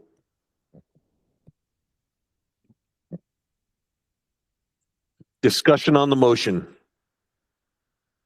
I'm fine with this. I personally wanted to, but I'm fine. Any other discussion? Call the question. All those in favor? Oh, wait, we have one. Wait. I'm going to say one more thing. I'm just looking at this, by looking at this, they're all two out of these 15 tags. One of them in the Morgan Southridge, any illegal weapon is a non-resident, and one of them in Wasatch is a non-resident. Just kind of, the whole thing of the why, Okay, now I'll call the question. All those in favor of the motion, raise your hand. 1, 2, 3, 4, 5, 6, 7. All those opposed? 1, 2, 3. Amos? I'm in favor. Passes 8-3.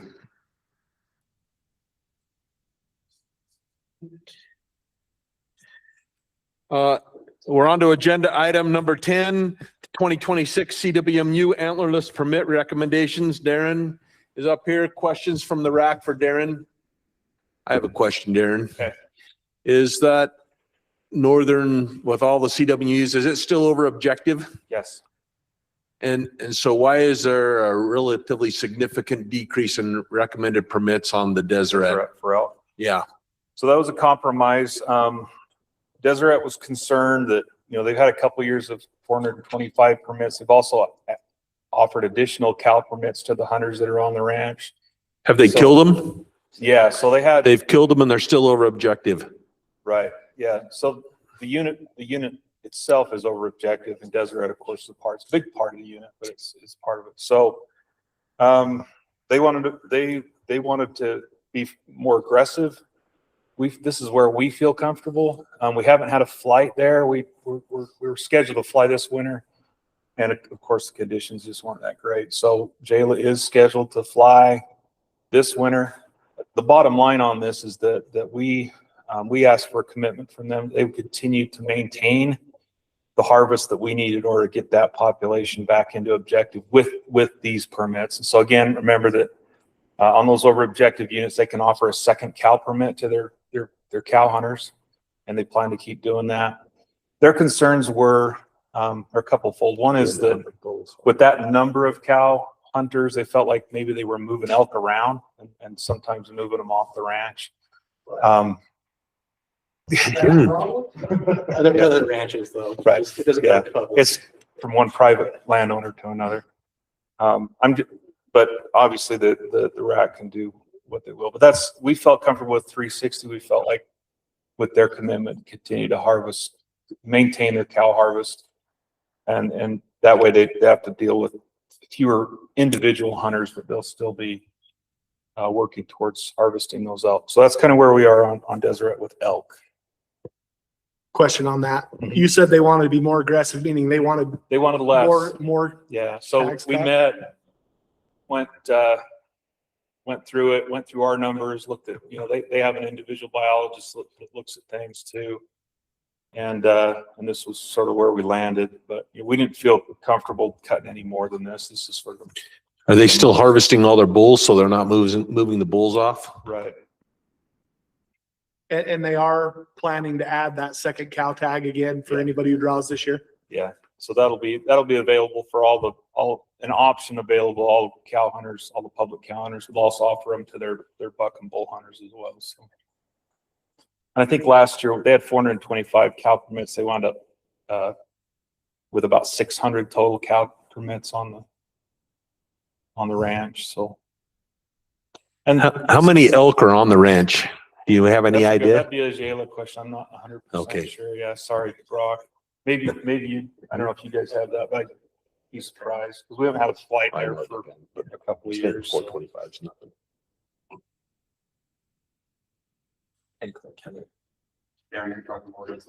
Anybody else? Yeah, go ahead, Scott. It was a weird year too, with the open year. I think we were seeing elk that normally probably would have rolled into Deseret that we're staying high and we're on other units. So it's a little bit weird, which is another reason why we're trying to be cautious. They are high. We were catching at 10,000 feet in the middle of the winter. And they won't come in if they don't need to. So this is a weird year. We'll keep an eye on things. We're hoping to get a flight next winter. And of course there's a caveat that they come to the CWMU advisory committee if we've got some concerns about harvest. So those are all things that are still on the table. So many of the CWMUs also operate cattle operations. This year with the forage situation that's likely unfolding, have they had an opportunity to increase their antlerless harvest so that there's fewer elk on their landscape? Is that something they would be interested in? That's something that we talked to them about. And, the guy that runs the cattle side of things would like to see fewer elk. So they want to see a reduction, and that's why they're agreeing to maintain their harvest. So what we're talking about. So I guess I'm talking beyond Deseret, the remaining city of CWMUs. Other than Deseret, I don't think we've had that discussion. We did have more moisture up on that end of the state. I don't know that we're in the same drought situation that we are in other parts of the state. That northern corner got about 80% last time I looked. So given that across the state, we're looking at about a 6% increase in cow harvest this year, why is there a 0% increase on CWMUs? They usually, we sign them up. This is a 3-year COR. So we look at them annually, but we typically don't change them. It doesn't mean that we couldn't. Should these be tied? I mean, it seems like when we redid the other private lands program, there was considerable discussion about tying private lands tags to fluctuations in the population, not stability. Yeah, that's an option. It seems like this is a little bit inflexible in that regard. It's always an option, and they do evaluate them every year, but typically we look at the 3-year period and what needs to be taken during that time and set a minimum harvest per year. So we're looking at a little bit longer term on CWMUs. That's just how we do it. That doesn't mean that. Right. But if I recall your presentation, this is the same that they've had before. These aren't changed. They're flat. Right. So our elk populations continue to grow largely. Many of these units are above objective, and yet our harvest on the CWMUs remains flat. Yeah. And I think, Darren, I guess one of the questions is, don't you then, if we're over objective, don't all the CWMUs that are in that area, they get asked to come in and tell the division, what are we doing to get back an objective? Yeah. And so if you watch the CWMU advisory vote, don't you see like you get quite a few folks coming in saying, yeah, so that's a new change to the rule. We've had 1 year where we've done that, and yeah, there's 3 categories. If they're not meeting their harvest objectives that they agreed to in the COR, they come before the advisory committee. If they're killing fewer cows than bulls, they have to come to the CWMU advisory committee, explain what their plan is to rectify that. And there was a 3rd reason that's escaping me, but there's 3 reasons why they would be called to that committee. And in that committee, we have a lot of time to really delve into the details on this stuff.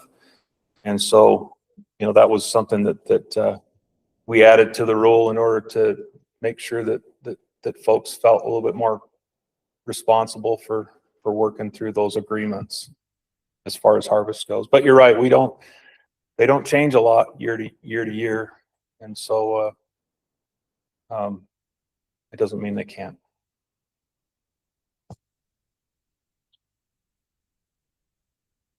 Any other questions from the RAC? Questions from the public? Online comments? Yeah, our online comments, we had about half agreed with the proposal, a third were neutral, and the rest disagreed. And the one online comment was asking for more explanation on the Deseret situation. Which is why I brought it up. Okay, I'll bring it back to the RAC for comment. So the CWMU program is controversial, right? There's some people who absolutely hate it. There's some people who absolutely love it. I don't know if there's much of a middle ground. With that, I'm supportive of the CWMU program. I think it provides opportunities for the public that we otherwise would not have. And it is a delicate balance, Scott, like you're talking about, like, why aren't we, but at the same time, we have to work with these landowners, right? We don't have the ability to say, and maybe we do, well, we don't, but the wildlife board has the ability to set tag numbers, but it's a little bit more delicate when you're dealing with these because the landowners have the ability to say, well, then we'll just pull out of the program. And you might say, well, then pull out of the program, but then we lose public opportunity when they do that. And so it's challenging, but I think it's probably good to, if the division and the landowners are comfortable with where these tags lie, I don't know why we would disagree with that. Eric? Yeah, and I've sat with the rulemaking change and CWMUs are kind of can be a sore spot on my end, especially when it comes to including public lands. But I think the one key that on the rule, it says that if a unit is out of objective or above objective, that the teeth are there to put the pressure on the CWMUs to help get it back within. And if we're never going to offer more tags or have more tags, we're never going to get to objective, and we're not following the rule as it's written in there, that's a tool to get it back to objective. And I think that there needs to be some push to do it. And I understand, I've heard all the comments from in that process from the CWMU guys as to why they don't really want more, the issues that it causes, trying to get those number of hunters in there in a period of time. And they have all the reasons why it's hard to do it. But at some point we have to figure out a way to do it, or we're going to continually be out of objective in those areas and not have the support from the CWMUs. I'm supportive of the CWMU program. I don't want to see it go away. I think it's great, but there's some things that really sour me about it. And the inflexibility like this is one of them. No other entity in the state gets a tag that they can sell. Nobody else does that. I would bet that the revenue brought in by that program exceeds the revenue that general season hunt permits generate. It is exceptionally lucrative, right? So asking for a little bit of public access to those properties is a pretty moderate ask.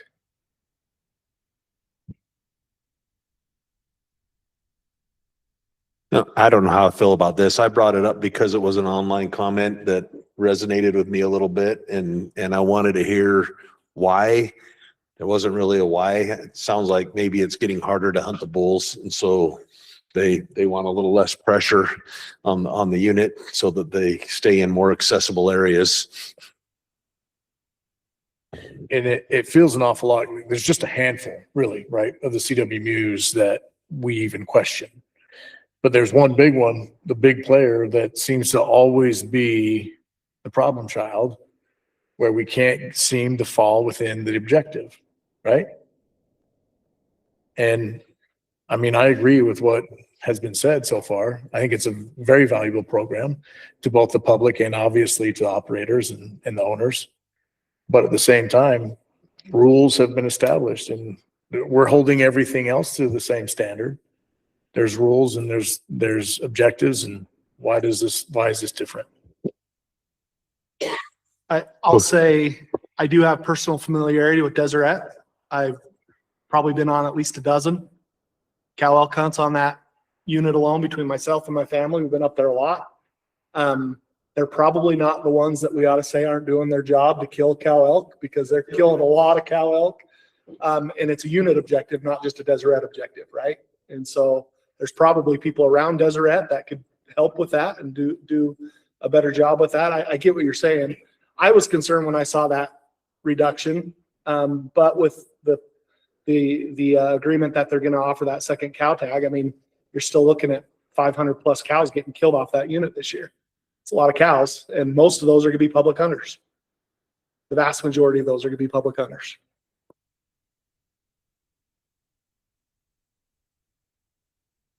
And maybe I'll speak to the second cow tag. Just, I work for the landowner, the awkwardness of the room. I always just sit quiet here and just listen, but it is difficult when you've got a guy that they come out, they have expectations not to kill just one cow, but now 2 cows. And this year especially was difficult with the lack of snow. We'd have people, they'd kill their first cow, the elk would run off, and you're dealing with hunters who aren't always as mobile to get a second shot off. So the elk run off, and then they're like, well, can I come out tomorrow? And can I come out the next day and the next day? And suddenly we're getting this backup of hunters who want to come get their second cow. So there is some challenges with that one. I think we're figuring out how to hunt it and how to, okay, how about you hunt over this part of the unit today and then come over here? But it was challenging. I was pushing our outfitter to the operator there. I said, you've got to kill more cows. Like, we just kept pushing it to the point that he's like, this is getting too difficult. So it's a balance. I think we appreciate the feedback, and it's a balance. It's just, I think we made a lot of progress. There's still progress to be made. Well, and I think a lot of people draw a Deseret tag and think they're going to just go drive on a road and kill an elk on the road at 9 o'clock in the morning. And sometimes you get lucky and you do that. But I had a tag there when my brother and I were up there, and our pack out on a cow elk was almost exactly 2 miles. Anybody who's been up there, we went down in the Blue Fork Canyon, and it's a hellhole, and there was about 600 elk down there, and we walked up and I shot one, and it was a haul, right? We had almost a 2 mile pack out to get that thing out of there. And so it's a hunt if you want it to be a hunt. And I think people misunderstand that it's still hunting. There are no public comments, so I'd bring it back to the RAC for discussion motion.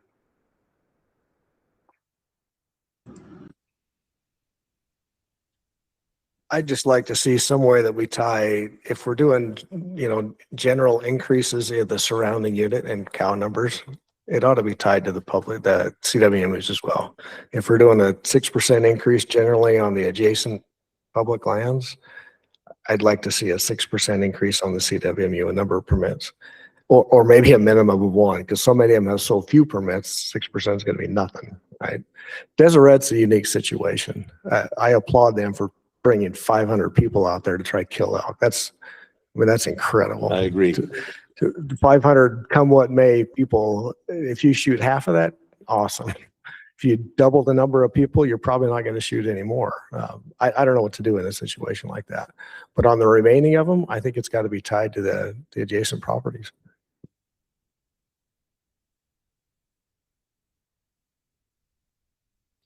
Entertain a motion or motions.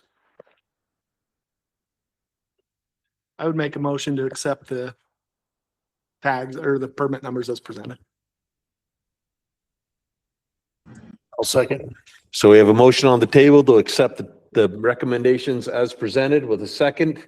Any discussion on the motion? All those in favor? Well, let me count. 1, 2, 3, 4, 8, 9. All those opposed?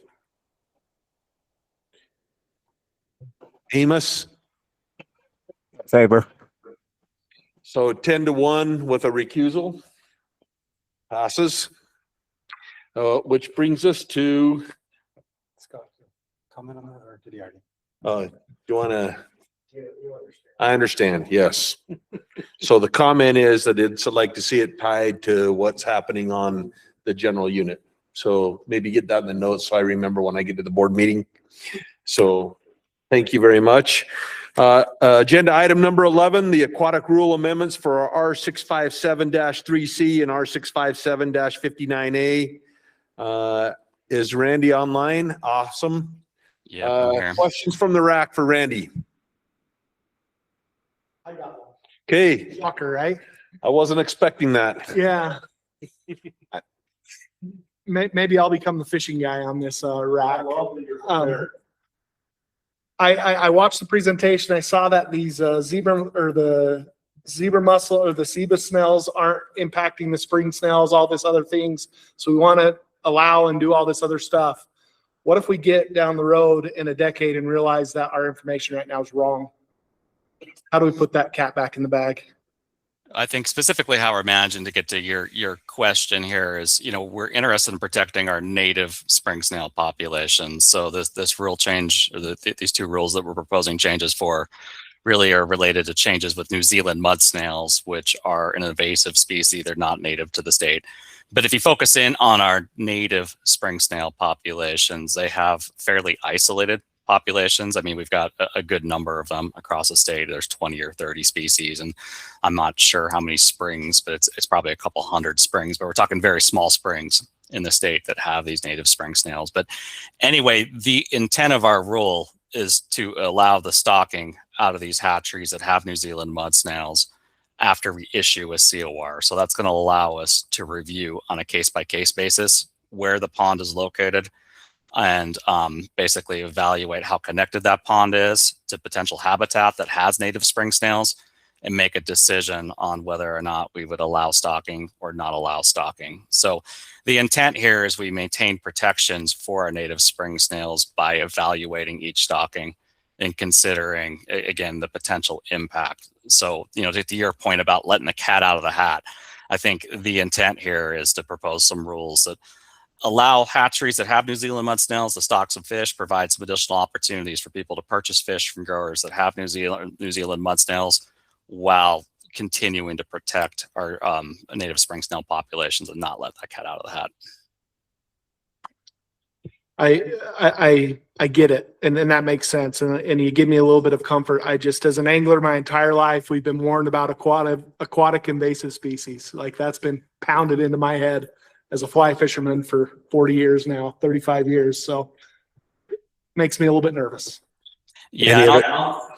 Go ahead, Randy. I was just going to add to it, the other aspect of this is there's really kind of three layers that we're proposing in the rule. The first is not allow stock, which we would not allow stocking to happen out of a hatchery that has New Zealand mud snails if we really deem that there is a significant risk to our native spring snail populations.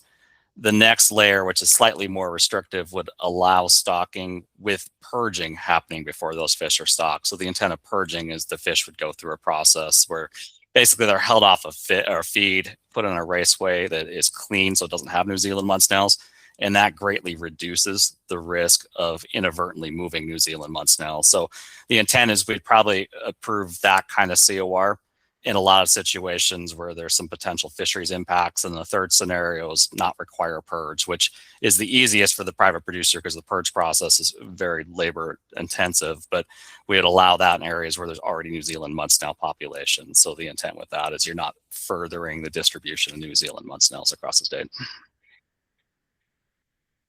Go ahead, Scott. Randy, would you just expand the biology on how the snail is transferred? Is it through the fish? Is it through the water? Is it the snail itself? What's the method, or how does that occur? Yeah, there's a couple ways here. I mean, first, the snail lives in the raceways that the fish live in. So you have potential when you scoop the fish up and load them into a hauling truck that you're scooping snails up and putting them in the hauling truck too. The other aspect of this is fish do consume the snails in the raceways, so they could be in the digestive tract of the fish. So when I talked about the purging process, what we're talking about is putting fish in a clean raceway that's been cleaned out that doesn't have New Zealand mud snails, and give them a period of time to pass the snails out of their digestive system so the fish can't excrete them after they're stocked. The other thing I'll just point out about this snail is it's parthenogenic, which basically means only females exist, and they reproduce asexually. So you just have to get one snail, is the point, into a habitat, and then it gets reproduced by itself and establish a population. Any other questions? Any questions from the public? Okay. And state your name and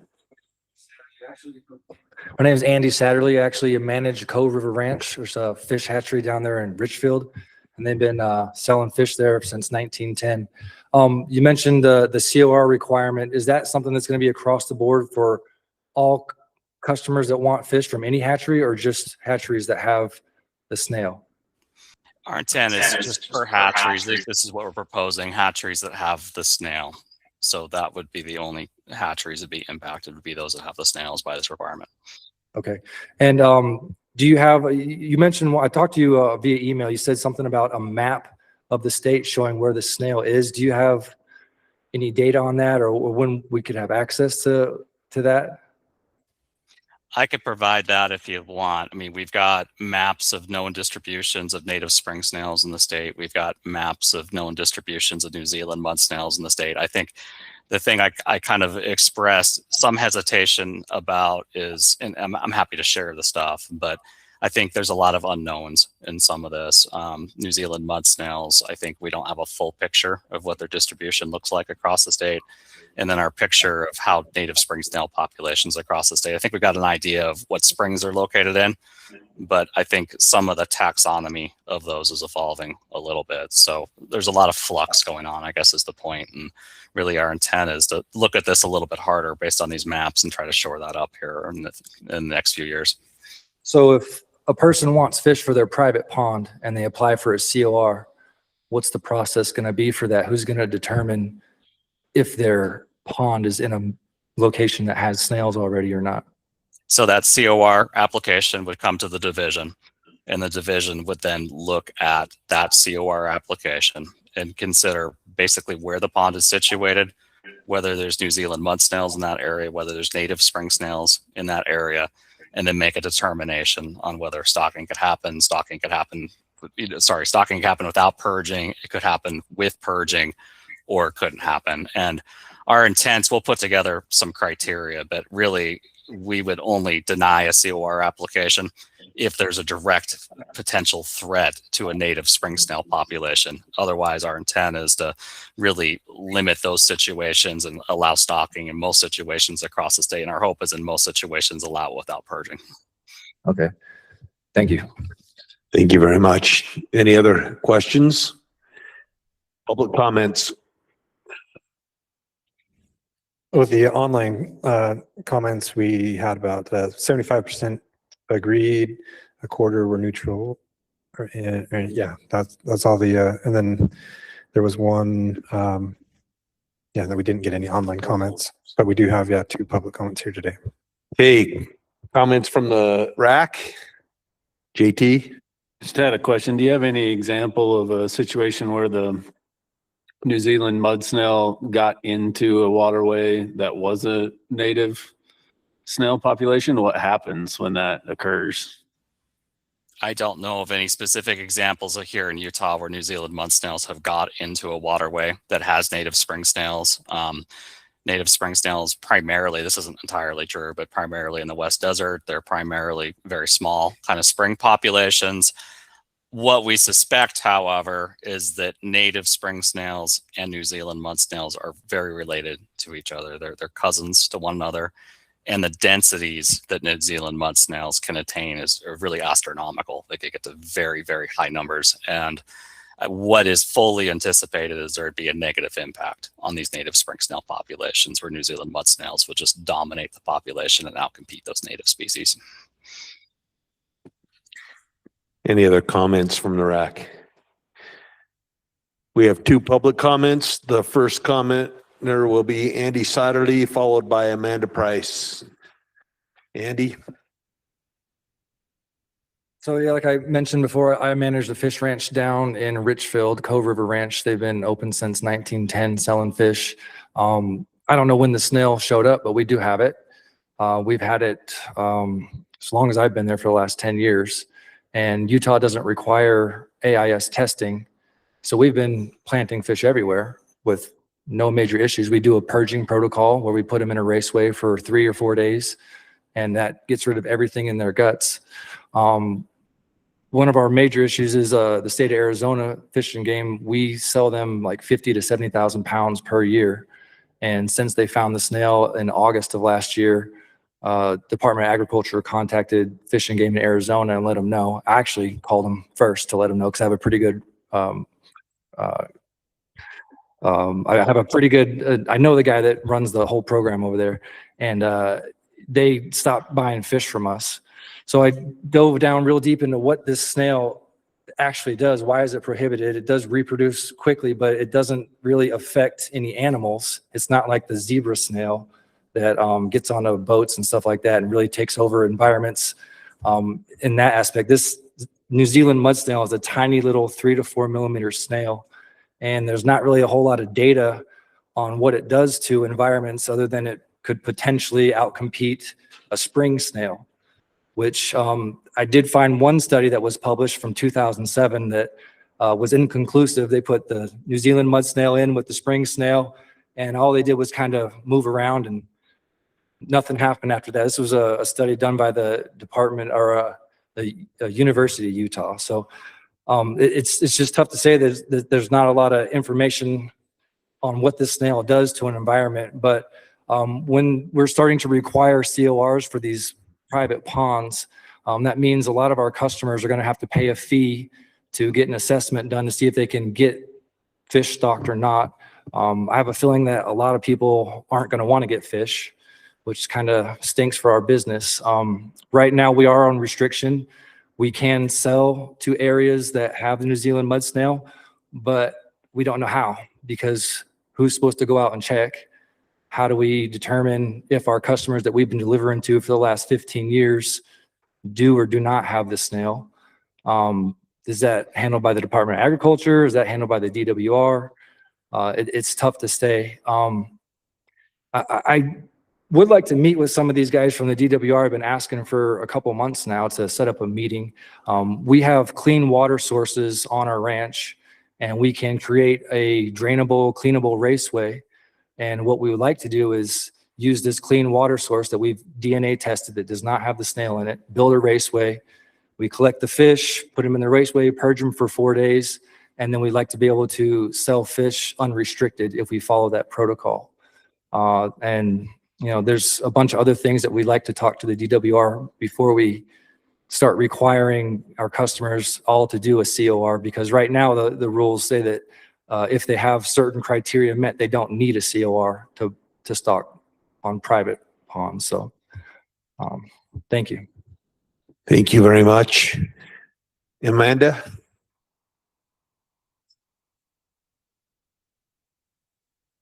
Thank you. My name is Amanda Price. I'm the Utah State Veterinarian with the Utah Department of Agriculture and Food. And the Fish Health Program, which oversees private aquaculture and fee fishing ponds, falls under my program. While we appreciate the division for allowing the movement of fish from facilities with New Zealand mud snails, the rule changes presented do not reflect what we were told by the division, and the requirement for certificates of registration adds a cost burden that would deter private ponds from purchasing fish from a positive facility. In addition, there is a rule change proposed in here that would put all of our aquaculture facilities out of business. And I'll start with that one.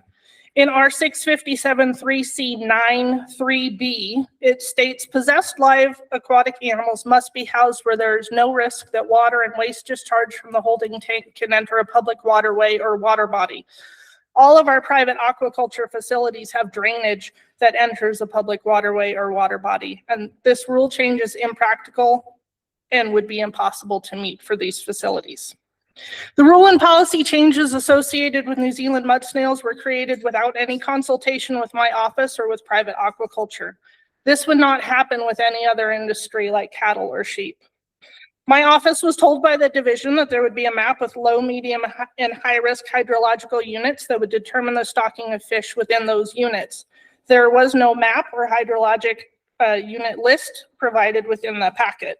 We've been told that most of the private ponds in the state receiving fish from our private aquaculture facilities are within the low and medium risk units, but we have not seen a map to verify this.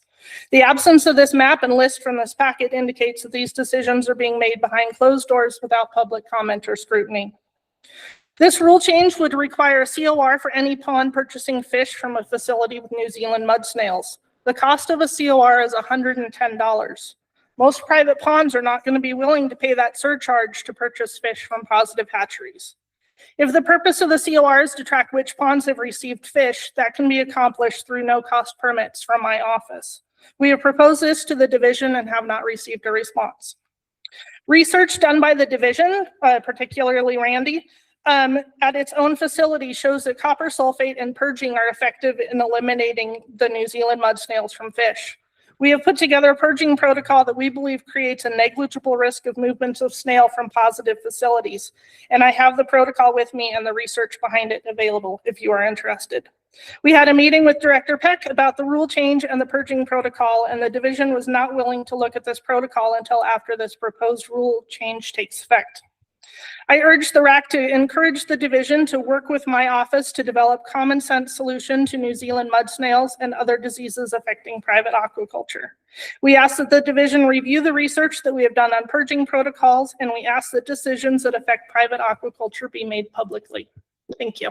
Matt, just a quick question. Is Yes. that the official position of Commissioner Pearson, or is that your position? That I believe that is the official position of our office. Thank you very much. Thank you. Bring it back to the RAC for discussion. I will start by saying if this was anything with big game, we'd be slaughtered for not letting stakeholders have a say. Yeah, it sounds like we just jumped the gun on this a little bit. My recommendation would just be to send it back and let them work together to work out something that's acceptable to everybody and bring it back through. Yeah, I'm actually surprised to have that comment because, you know, having worked in state government, I worked for Governor Herbert's policy office for 6 years, and there's a coordinating council where you can coordinate on these type of interconnecting agency issues. So I'm just surprised to have you here in this spot.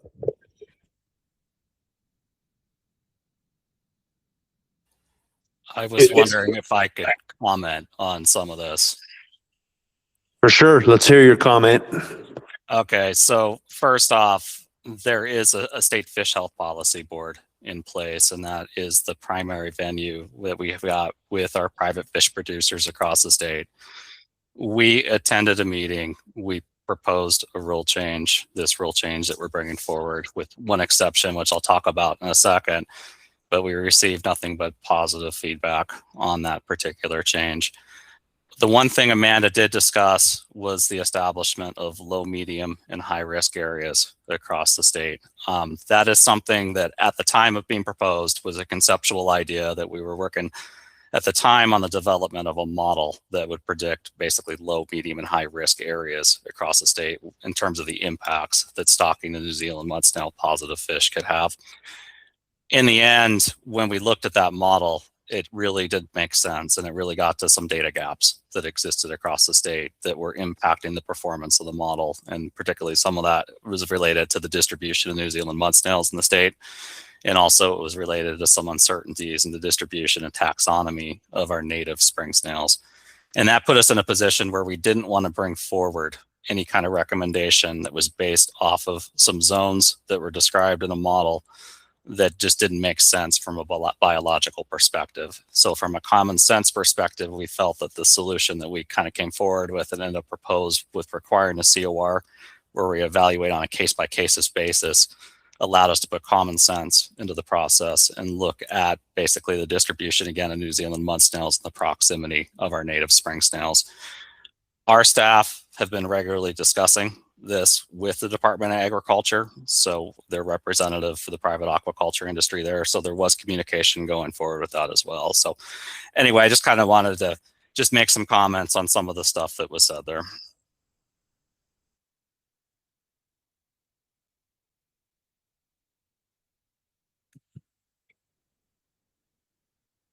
Nice.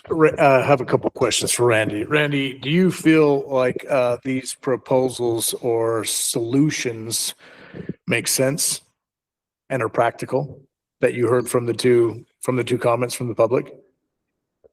Yeah, so I mean, getting onto the purging process, I'm happy to hear what the purging process is. And I think under our proposal, we would be looking for a purging process in situations where there's potential impacts to our native spring snails or the proposed stocking is in proximity to where we have native spring snails. The reality of a purging process, however, is it does not make the risk of stocking fish zero. If you look across the data that's been presented in the literature, it greatly reduces the risk of potentially moving snails during the process of stocking fish. But again, that chance is not zero through the purging process. There's variable numbers coming from the literature, but it comes down to somewhere between 200 and 700 or so if you apply kind of the extremes of survival rates coming from the literature. New Zealand mud snails potentially being stocked per 1,000 fish being stocked. So again, the most likely case is very low, like 2 to 5 being stocked inadvertently per 1,000 fish. So it's very low, but it doesn't make that risk zero. And again, as I mentioned, this snail reproduces asexually, so it just takes one being deposited to establish a population. Randy, I guess the question I have is, would it hurt us to wait till the next RAC meeting to bring this through and work through these issues? I really hate to have two state agencies kind of talking over each other on an issue that I think could be resolved before you bring this public and go through the amendment process. So what would be the harm in us tabling this until the next, other RACs could still let it go through, right? But I'm kind of inclined to table it. But what are your thoughts? I mean, I'm open to that. I don't know what kind of resolution that we're going to get towards. I mean, ultimately, from a division perspective, our role is to protect our wild resources across the state. We don't regulate the private aquaculture industry. This is really something we're proposing that has an impact on private pond owners across the state. And yes, it does have an indirect effect on the private producers that produce fish coming from New Zealand mud snail positive hatcheries. But we would be happy to talk, but I don't know what that resolution looks like.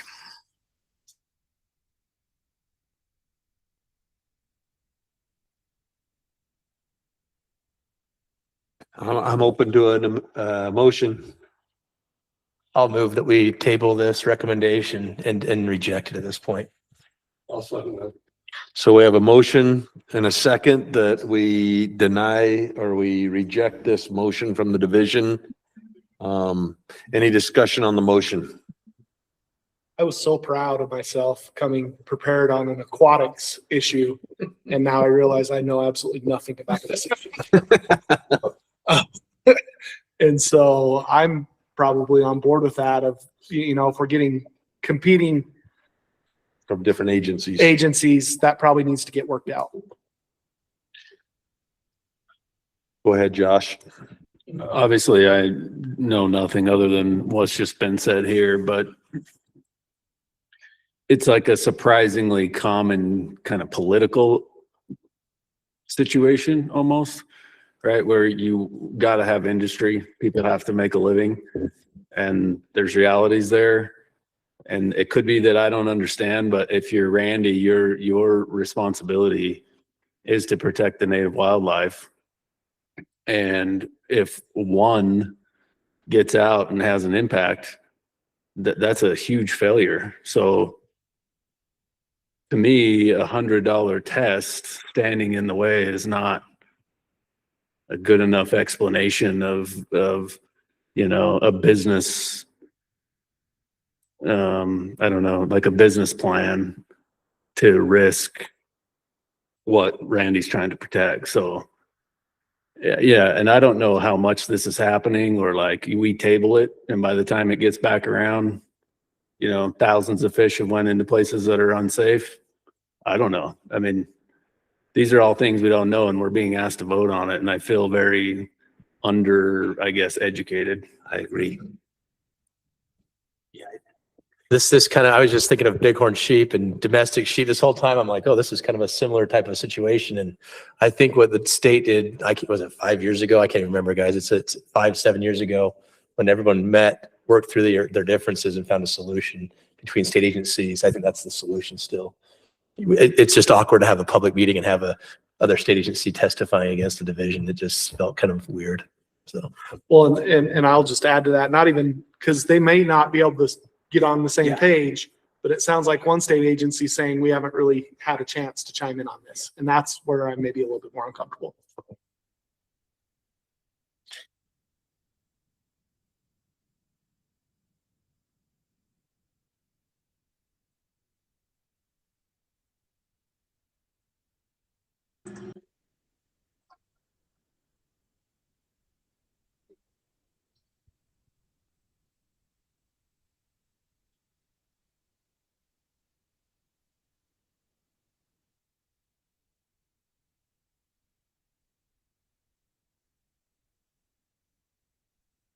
Amos, I didn't get your vote. All those in favor of the motion? I'm in favor. So it passes 10-2. And with that, meeting's adjourned. I've been waiting to do this whole time.